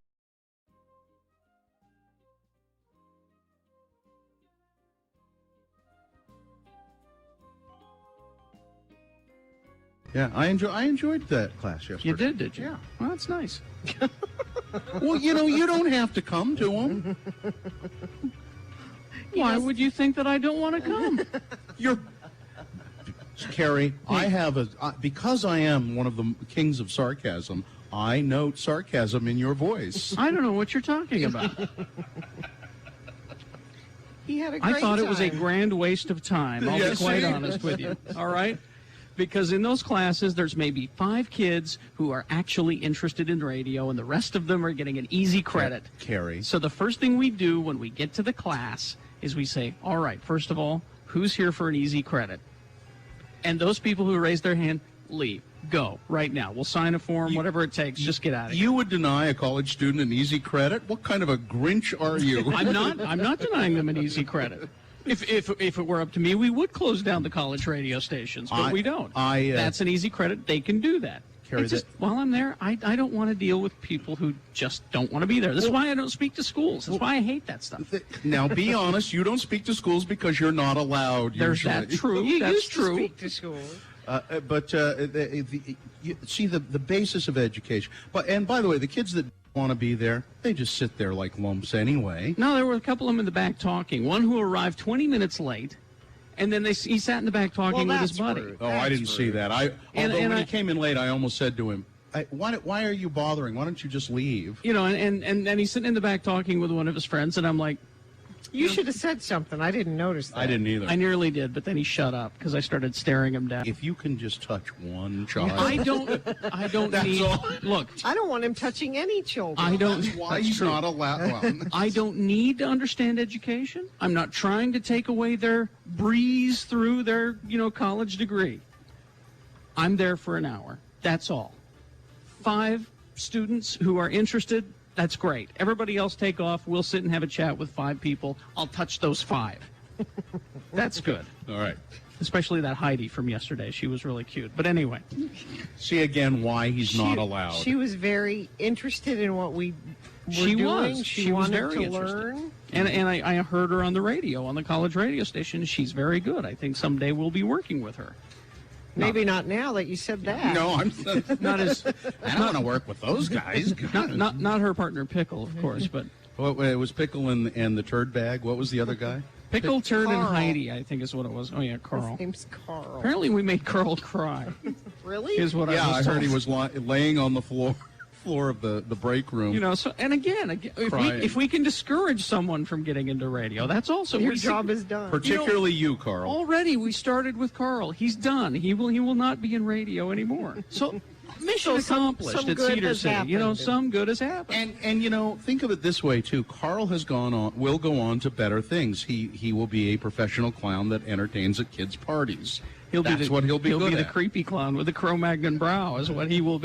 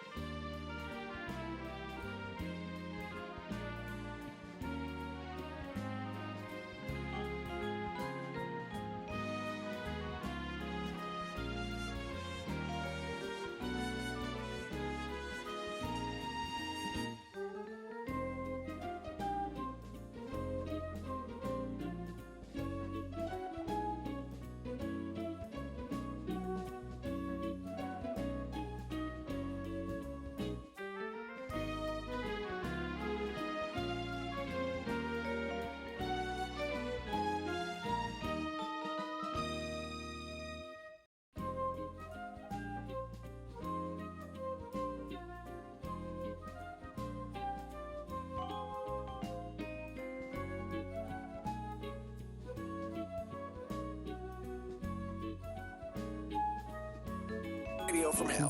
9:20 coming up in a moment. Boner fight. But first, a little bit of news.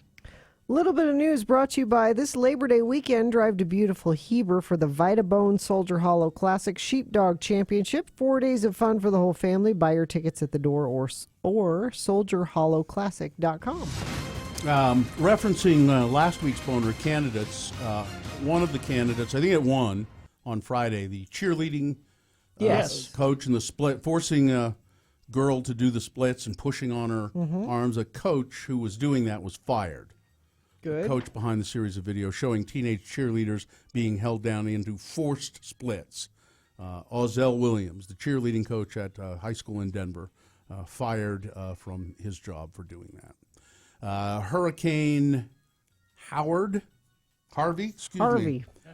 tropical storm now, continuing to cause massive flooding in Texas. And analysts say the state's oil and gas industry has been hit very hard. Almost a third of U.S. Refining capacity is in that area. Oh. And so gas prices will probably go up everywhere. The U.S. Army Corps of Engineers opened the Addicks and Barker flood control dams on the western outskirts of Houston overnight to control, release, and prevent uncontrollable flooding of downtown Houston. Evacuations have been underway, voluntary evacuations. They say 30,000 people are displaced from their homes at this point. The floods are devastating. This is being described as catastrophic, life-threatening storm by the National Weather Service. It's pretty... it's kind of amusing video of a shoplifter stealing liquor. I don't know if we have that video. Or shoving it in her bra. X96.com. She used her bra, a bag, and her pants to steal 18 bottles of liquor from a liquor store.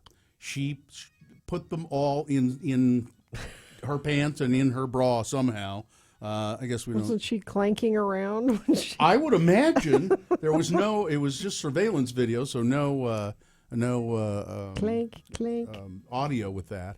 But yeah, her name was Sakoni Jones. She surrendered to police in Shreveport, Louisiana. Booked on theft charges. She posted on Facebook early Wednesday. She was getting bombarded by messages from people who recognized her in the surveillance video, and she turned herself in. She has previous shoplifting charges against. So she's not very good at it. Apparently not. Well, that's what we're learning. Yeah. South Carolina high school principal told female students, "You shouldn't be wearing leggings unless you are a size 2 or 0.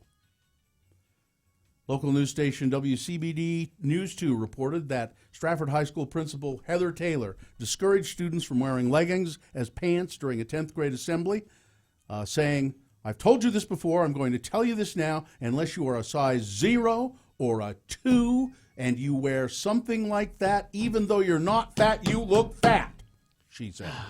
Oh, it's the fat. It's not that it's inappropriate, like it's titillating for boys. It's that it makes you look fat. The school's dress code states that leggings, tights, yoga pants, and spandex must be worn under clothing that cover to mid-thigh. But it does not specify that young women can or should wear leggings as pants if they are a size 2 or 0.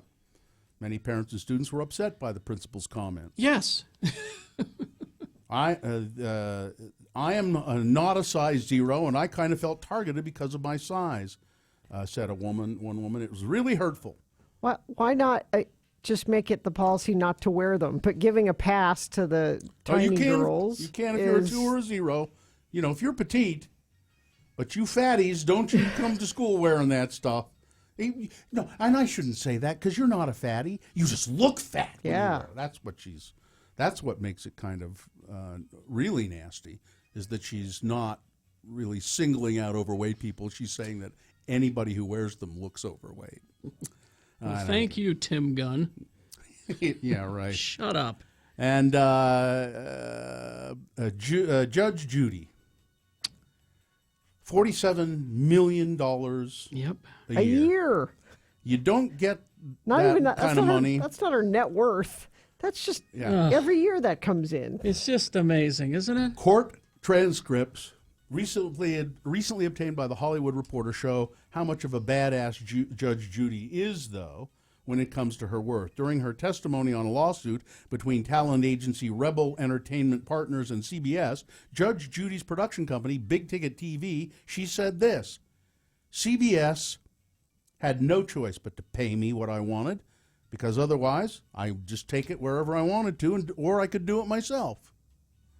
As for her salary negotiations, she's a boss. She goes to dinner with the president of the network and presents a take-it-or-leave-it deal. We sit across the table, I hand him an envelope, and I say, 'Don't read it now, let's just have a nice dinner, call me tomorrow. You want it? Fine, otherwise I'll produce it myself.' That's business. That's the negotiation." This is business. Wow. She is, and that show makes a lot of money for CBS, and so, they pay me the money they do because they don't have a choice. They can't find another one like me. They've tried to find another Judge Judy, but there isn't one. Well, yeah, there's been a bevy of... What about Judge Joe Brown? Yeah. Come on. What about Judge Reinhold? Yeah. What about the Judge Cafe? What about a Judge Memorial High School? And I don't know if you can go to x96.com if Dylan has a chance to put this up quickly before we go to Boner Fight. Nicki Minaj at the VMAs, which we haven't even talked about. I was going to say, I was wondering if we were going to get through the show without talking about him. Only because, now this says Nicki Minaj looks amazing in the pink latex outfit. This pink latex outfit. There you go. I don't. That's not. No, I don't think. Now, she what's looks your problem with it? The pink latex or that's Nicki Minaj? No. Does she have accentuation? Yes, she does. That's not my problem with it. No? No. She looks like a piece of bubble gum. I don't even mind that. It's just kind of dumb. It's accentuation, right? Well, What? She's had part work? part of this latex outfit is being worn on the Yeah, that's inside what I'm of saying. on the Yes. inside of Things- her That's body. the part. Yeah. Things are accentuated. Oh, that's what you mean. Okay, yes, that's the problem I have. With It says here she looked absolutely stunning. No. I don't- Well, I'm stunned. Well, yeah, if you don't. I'm stunned. Yeah, I guess that's a way to put it. Yeah. It's like, huh? It's Boner Fight with Radio from Hell on X96. It's brave. I gotta, and it also must have been. Everybody was thinking like, how the hell did she? It must have taken her forever to get into that thing. All right. So Boner Fight, round 1 and round 2 winners going up against each other head to head. Here's the winner from round 1. Shut up and eat your carrots. This is a kid here in Utah County. His adoptive parents are facing charges because apparently they made him eat so many carrots every day that his skin turned orange, and it will do that. It's the beta-carotene, the vitamin A, not water-soluble, so it doesn't leach out of your body. Or were these the parents that I'm seeing? Yeah. At x96.com/live? Yeah, those are the adoptive parents. They would make him eat carrots before every meal, and if he didn't eat all of his carrots within a certain time period, then he didn't get to eat. And they also kept him locked in the basement sometimes. And then boner candidate number 2, the racist Freudian slip. This is the supporter of Confederate statues and the Confederate flag, telling reporters that it's unfair to paint the museums as the monuments rather, as racist, and the flag as racist. And then he immediately said something racist about Martin Luther King Jr. So there you go. 2 candidates, have at it. You've got to decide which one of these 2 deserves to be boner of the day. This is a tough one. 2 excellent candidates, and it's only Monday. So decide, candidate 1 or candidate 2. 1 or 2. Put that in the message of your text. Text that to 33986. You can call 877-602-9696. Use your voice to vote. Or go to x96.com and look for the box that says Boner Fight August 28th. And you can vote there. If you don't see that box, refresh. It should appear. You've only got 4 minutes to get your vote in. It's Boner of the Day. Let's go.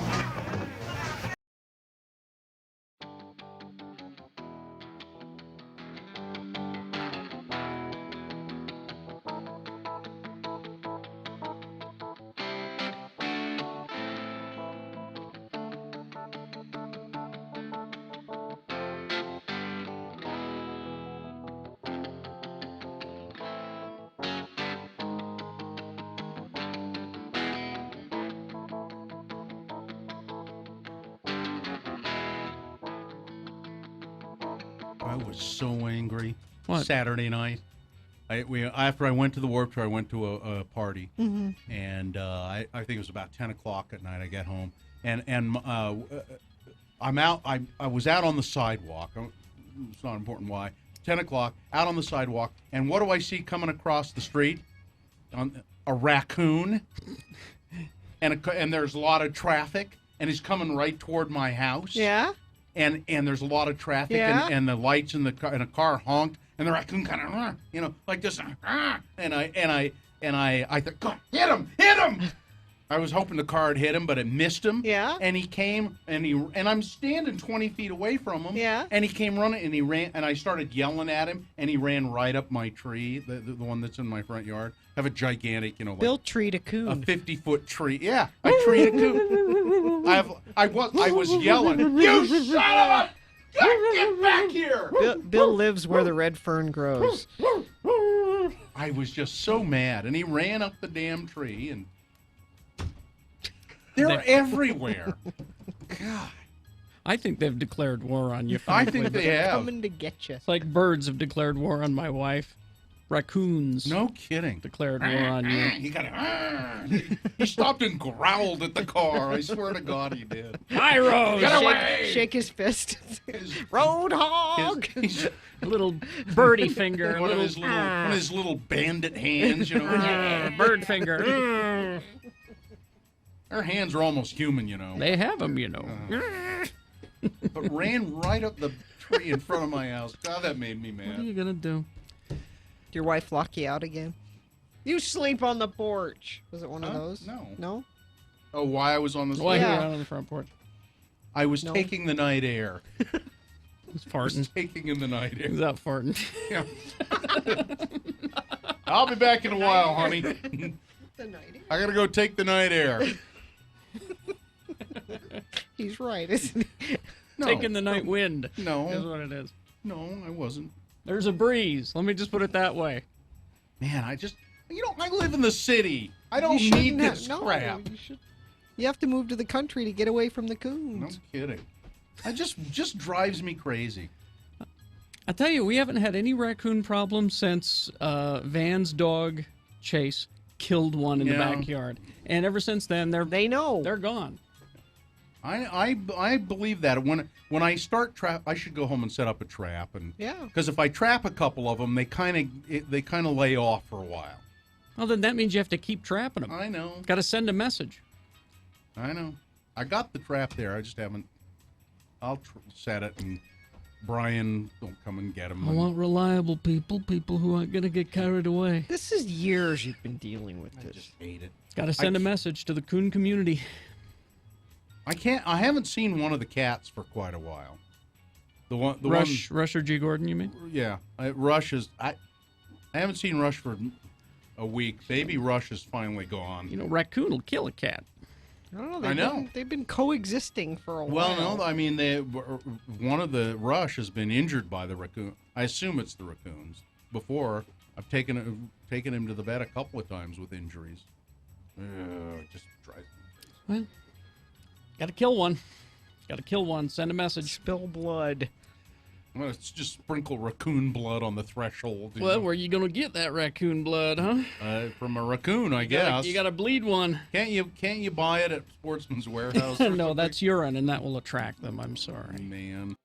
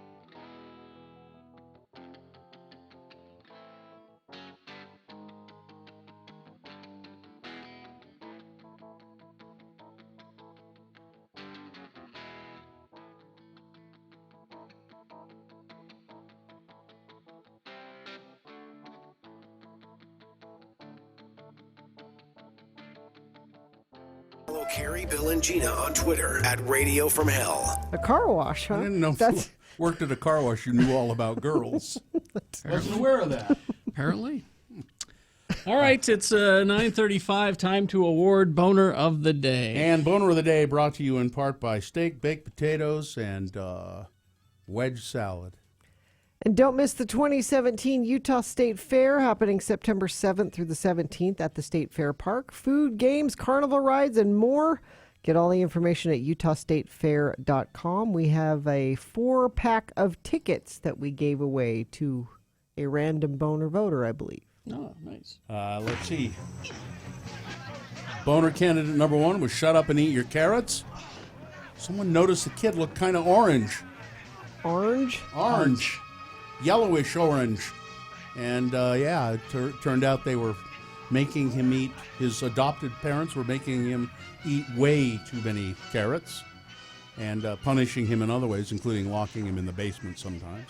And Boner candidate number 2, the racist Freudian slip. The guy he's suing, state of Georgia, maybe, some southern state. He's suing because to get the Confederate flags back at the courthouse because he doesn't see them. I don't see those as symbols of racism or slavery, and I don't think that. I don't think anything about it when I walk past the statue of Dr. Martin Luther King. I mean, yeah, I shouldn't say that. I shouldn't say that. I say it in private, but I shouldn't say it in public. I say it with great ease. Yeah. Every day. Well, the winner was pretty overwhelming. Really? Yeah. It was number 1. Really? Shut up and eat your carrots. Well, I thought it would be more of a horse race. No, it wasn't. All right. That is Boner of the Day. It is now candidate for Boner of the Week. Okay, so, he's still going through, it's been a year since Dad died, still going through all of his stuff. It's a lifetime of stuff. Well, it is. It's stuff. Well, and it's the estate, and we're talking about what to do with the properties. Is anybody living in the house? Yes, my nephew is, and so we're just talking about different things. So we went down to talk about it, and my nephew Ben, remember Dad's sourdough pancakes? Yes, famous for them. Yes, and we thought it was lost with him.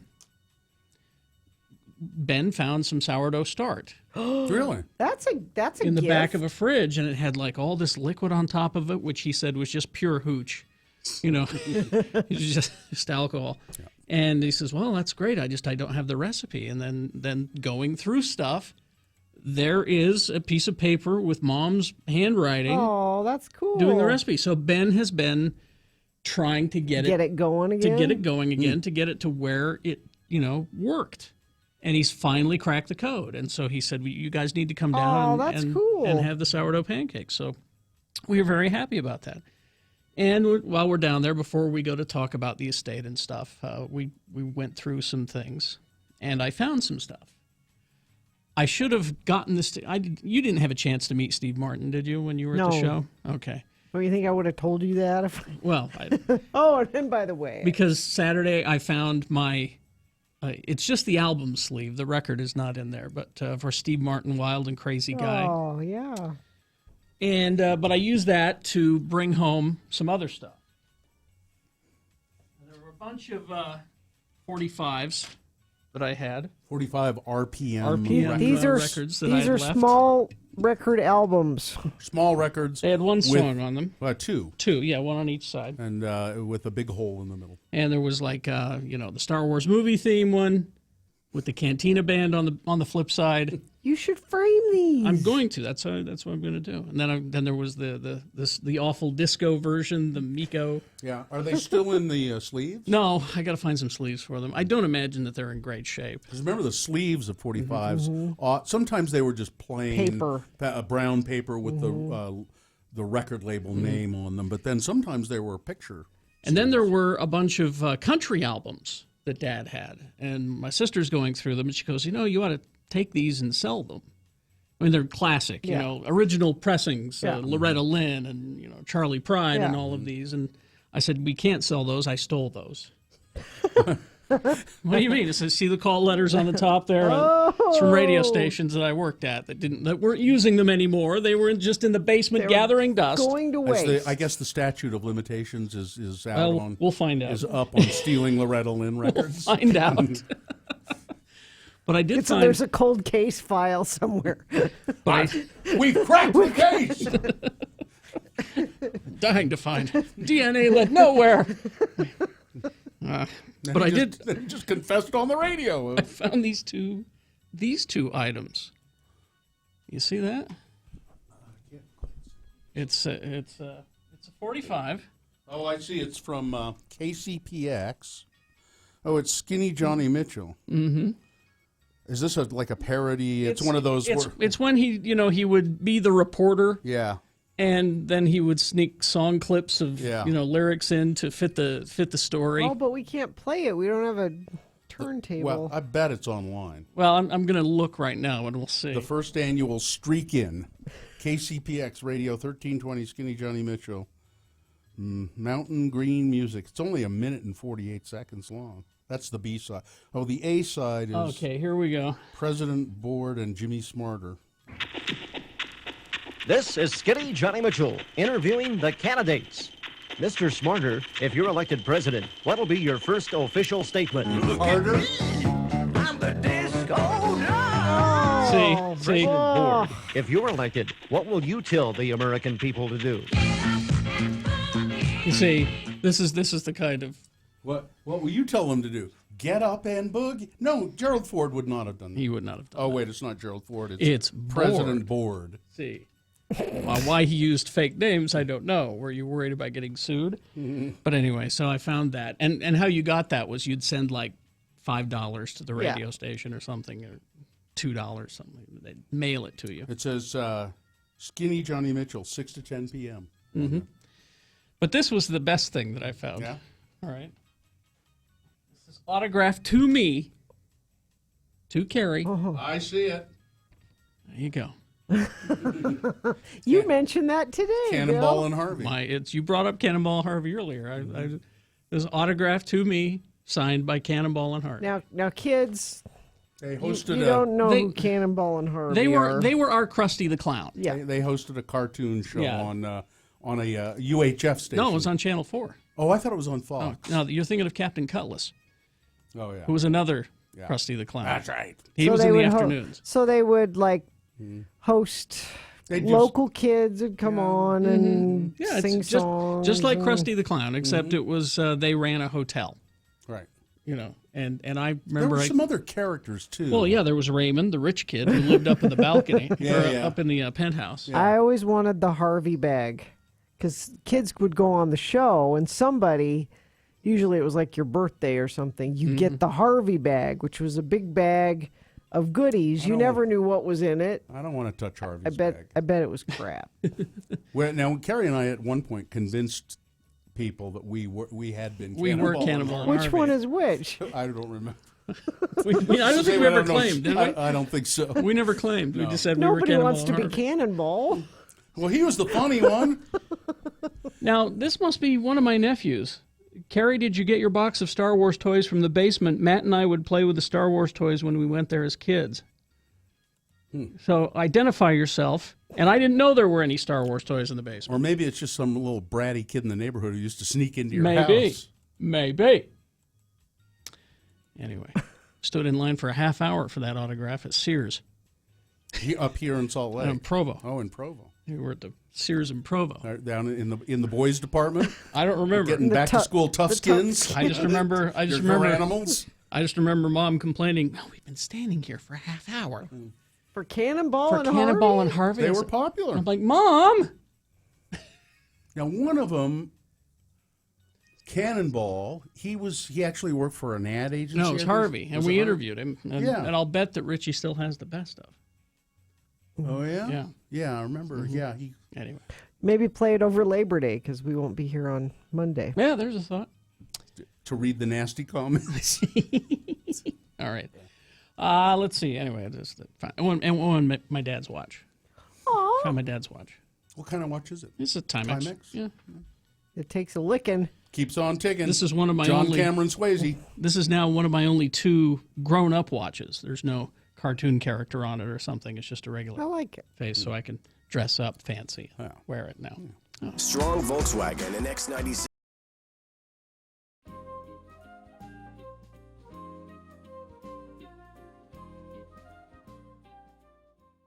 Somebody sent a picture, tweeted a picture of. I was talking earlier about my strange gum obsession when I was a little kid, and I liked to get under the tables at restaurants, and I would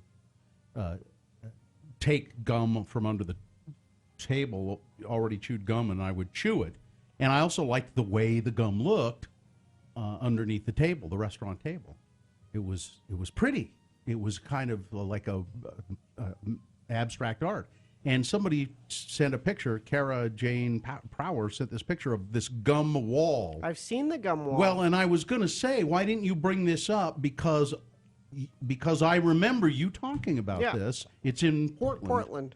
Like a whole alleyway that's just covered in gum. Yeah. It just that I don't know how it started. Didn't occur to you to bring that up when we were talking about it before. No, I forgot about it Yeah. until she. Is the one? Is this it? Yeah. Yeah. It's not.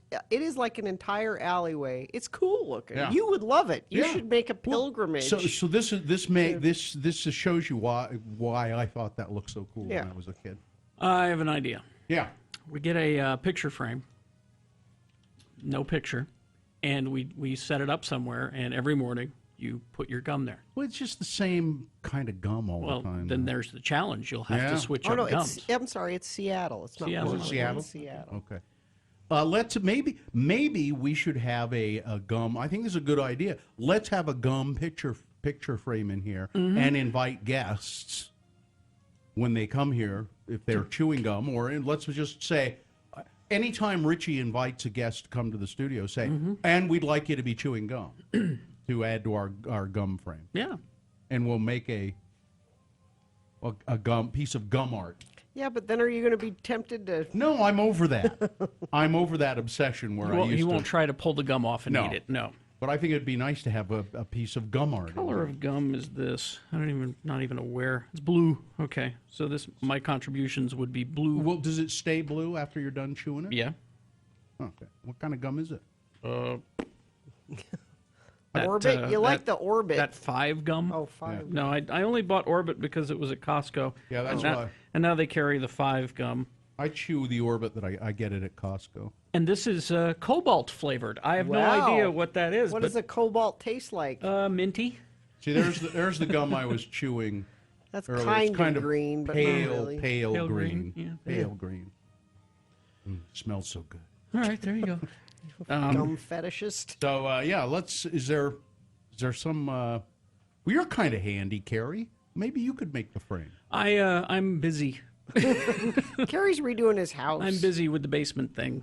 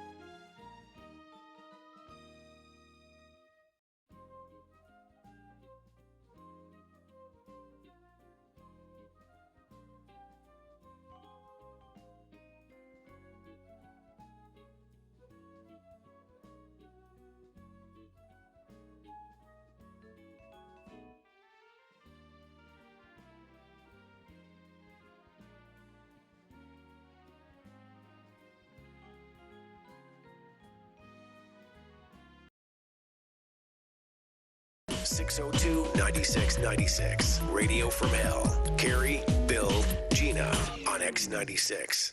You know, another thing I found in Dad's house. What's that? It's a bottle of rum. Secret rum? It was in a shelf in Well, the back, Probably just for cooking purposes. unopened. Unopened. I don't know what kind. It was Bacardi dark rum, like a spiced rum or something. It was kind of brown. And Shannon came over yesterday and we looked at it. Did you toast him? And he says, "I'm going to find out how old this is." And so he gets on the internet and he goes, "Yeah, this is from '84." He's a bartender. He knows these things. Because okay. yeah, this is in 1984. And that doesn't necessarily make it any better or anything, does it? Well, if you think back to 1984, what was going on in your dad's life? That he needed some rum. Well, that was when I was in the rough parts of my radio career and thinking about getting married the first time. So maybe he needed rum for that. I wish he'd have just told me, "Don't get married." If he'd have just done that, that would have been. Your mother didn't make like rum cakes or rum balls or anything like that. No. So then the next web search was, is it safe to drink this? It was unopened. Yeah, sure. It's fine. And we got mixed results on the search of whether to drink this oh, really? rum from '84. Rum goes bad? Some sites said, you might be okay. Others, I wouldn't dare. Let me predict. Shannon drank it. No. No? He didn't want to. He says, I'm not going to do that. So I think when we record Geek Show on Saturday, I'm just going to have it there as an option. To It's see a who da- makes you know what, it's a see who dare. makes it through the show. It's a dare It's drink. the dare rum. Did you go to stilltasty.com? Do they have a report? How long does rum last? Let's I see. think it'd be fine. If it's unopened, it'll be fine. Let's see. Indefinite shelf life. Yeah. Even after it's been opened, it says. Yeah, but especially, Really? yeah, especially if it's unopened. And it said especially if it was stored in a cool, dry area away from direct heat. It sounds like it was hidden somewhere. I got a can of okra. How long is that going to last? It's never been opened. Never been opened. John Smith. John Smith here from can'tgobad.net. Rum is safe to drink for many, many, many years. Basically, shelf life is indefinite. As you know by now, after opening the bottle of rum slowly starts to lose its taste. But it's not open. It's not open. But if it is not open, it has an You're- indefinite yeah, shelf you're- life. It still has the Utah seal on What it. about my okra? What is it? A can? It's of canned okra. Yeah. If it's canned, it's always good. Yeah. I don't know It's if in a that. No, I can. think things go bad No. in cans. If it's canned, it's vacuum probably sealed. it's probably lead lined. Probably. The wife is saying that from a legal standpoint, we don't need anyone going blind on rum in our house. Oh, Can come that on. happen? You mean people haven't been blind on rum in your house before? Not on rum. There was that dare liquor we brought from Chinatown in San Francisco. Didn't know what it was. They don't I have don't know canned, what it was. They don't have canned okra. It was in a ceramic white bottle with, writing and stuff on it. Is it rice wine? I don't know what it wasn't rice wine because I know rice wine. And this was gasoline. It was really bad. And so it became the dare liquor in the house. I think you're all right with you're the the dare liquor. unopened rum. Think okay with the rum? Yeah.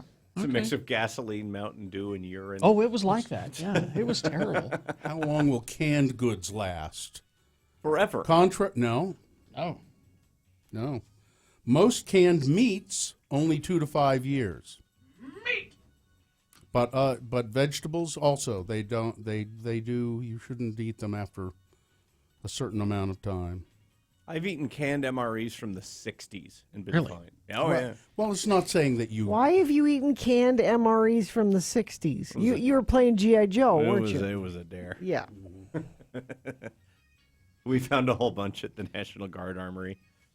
And then it became a dare on what you would and wouldn't eat. I also ate some cheese.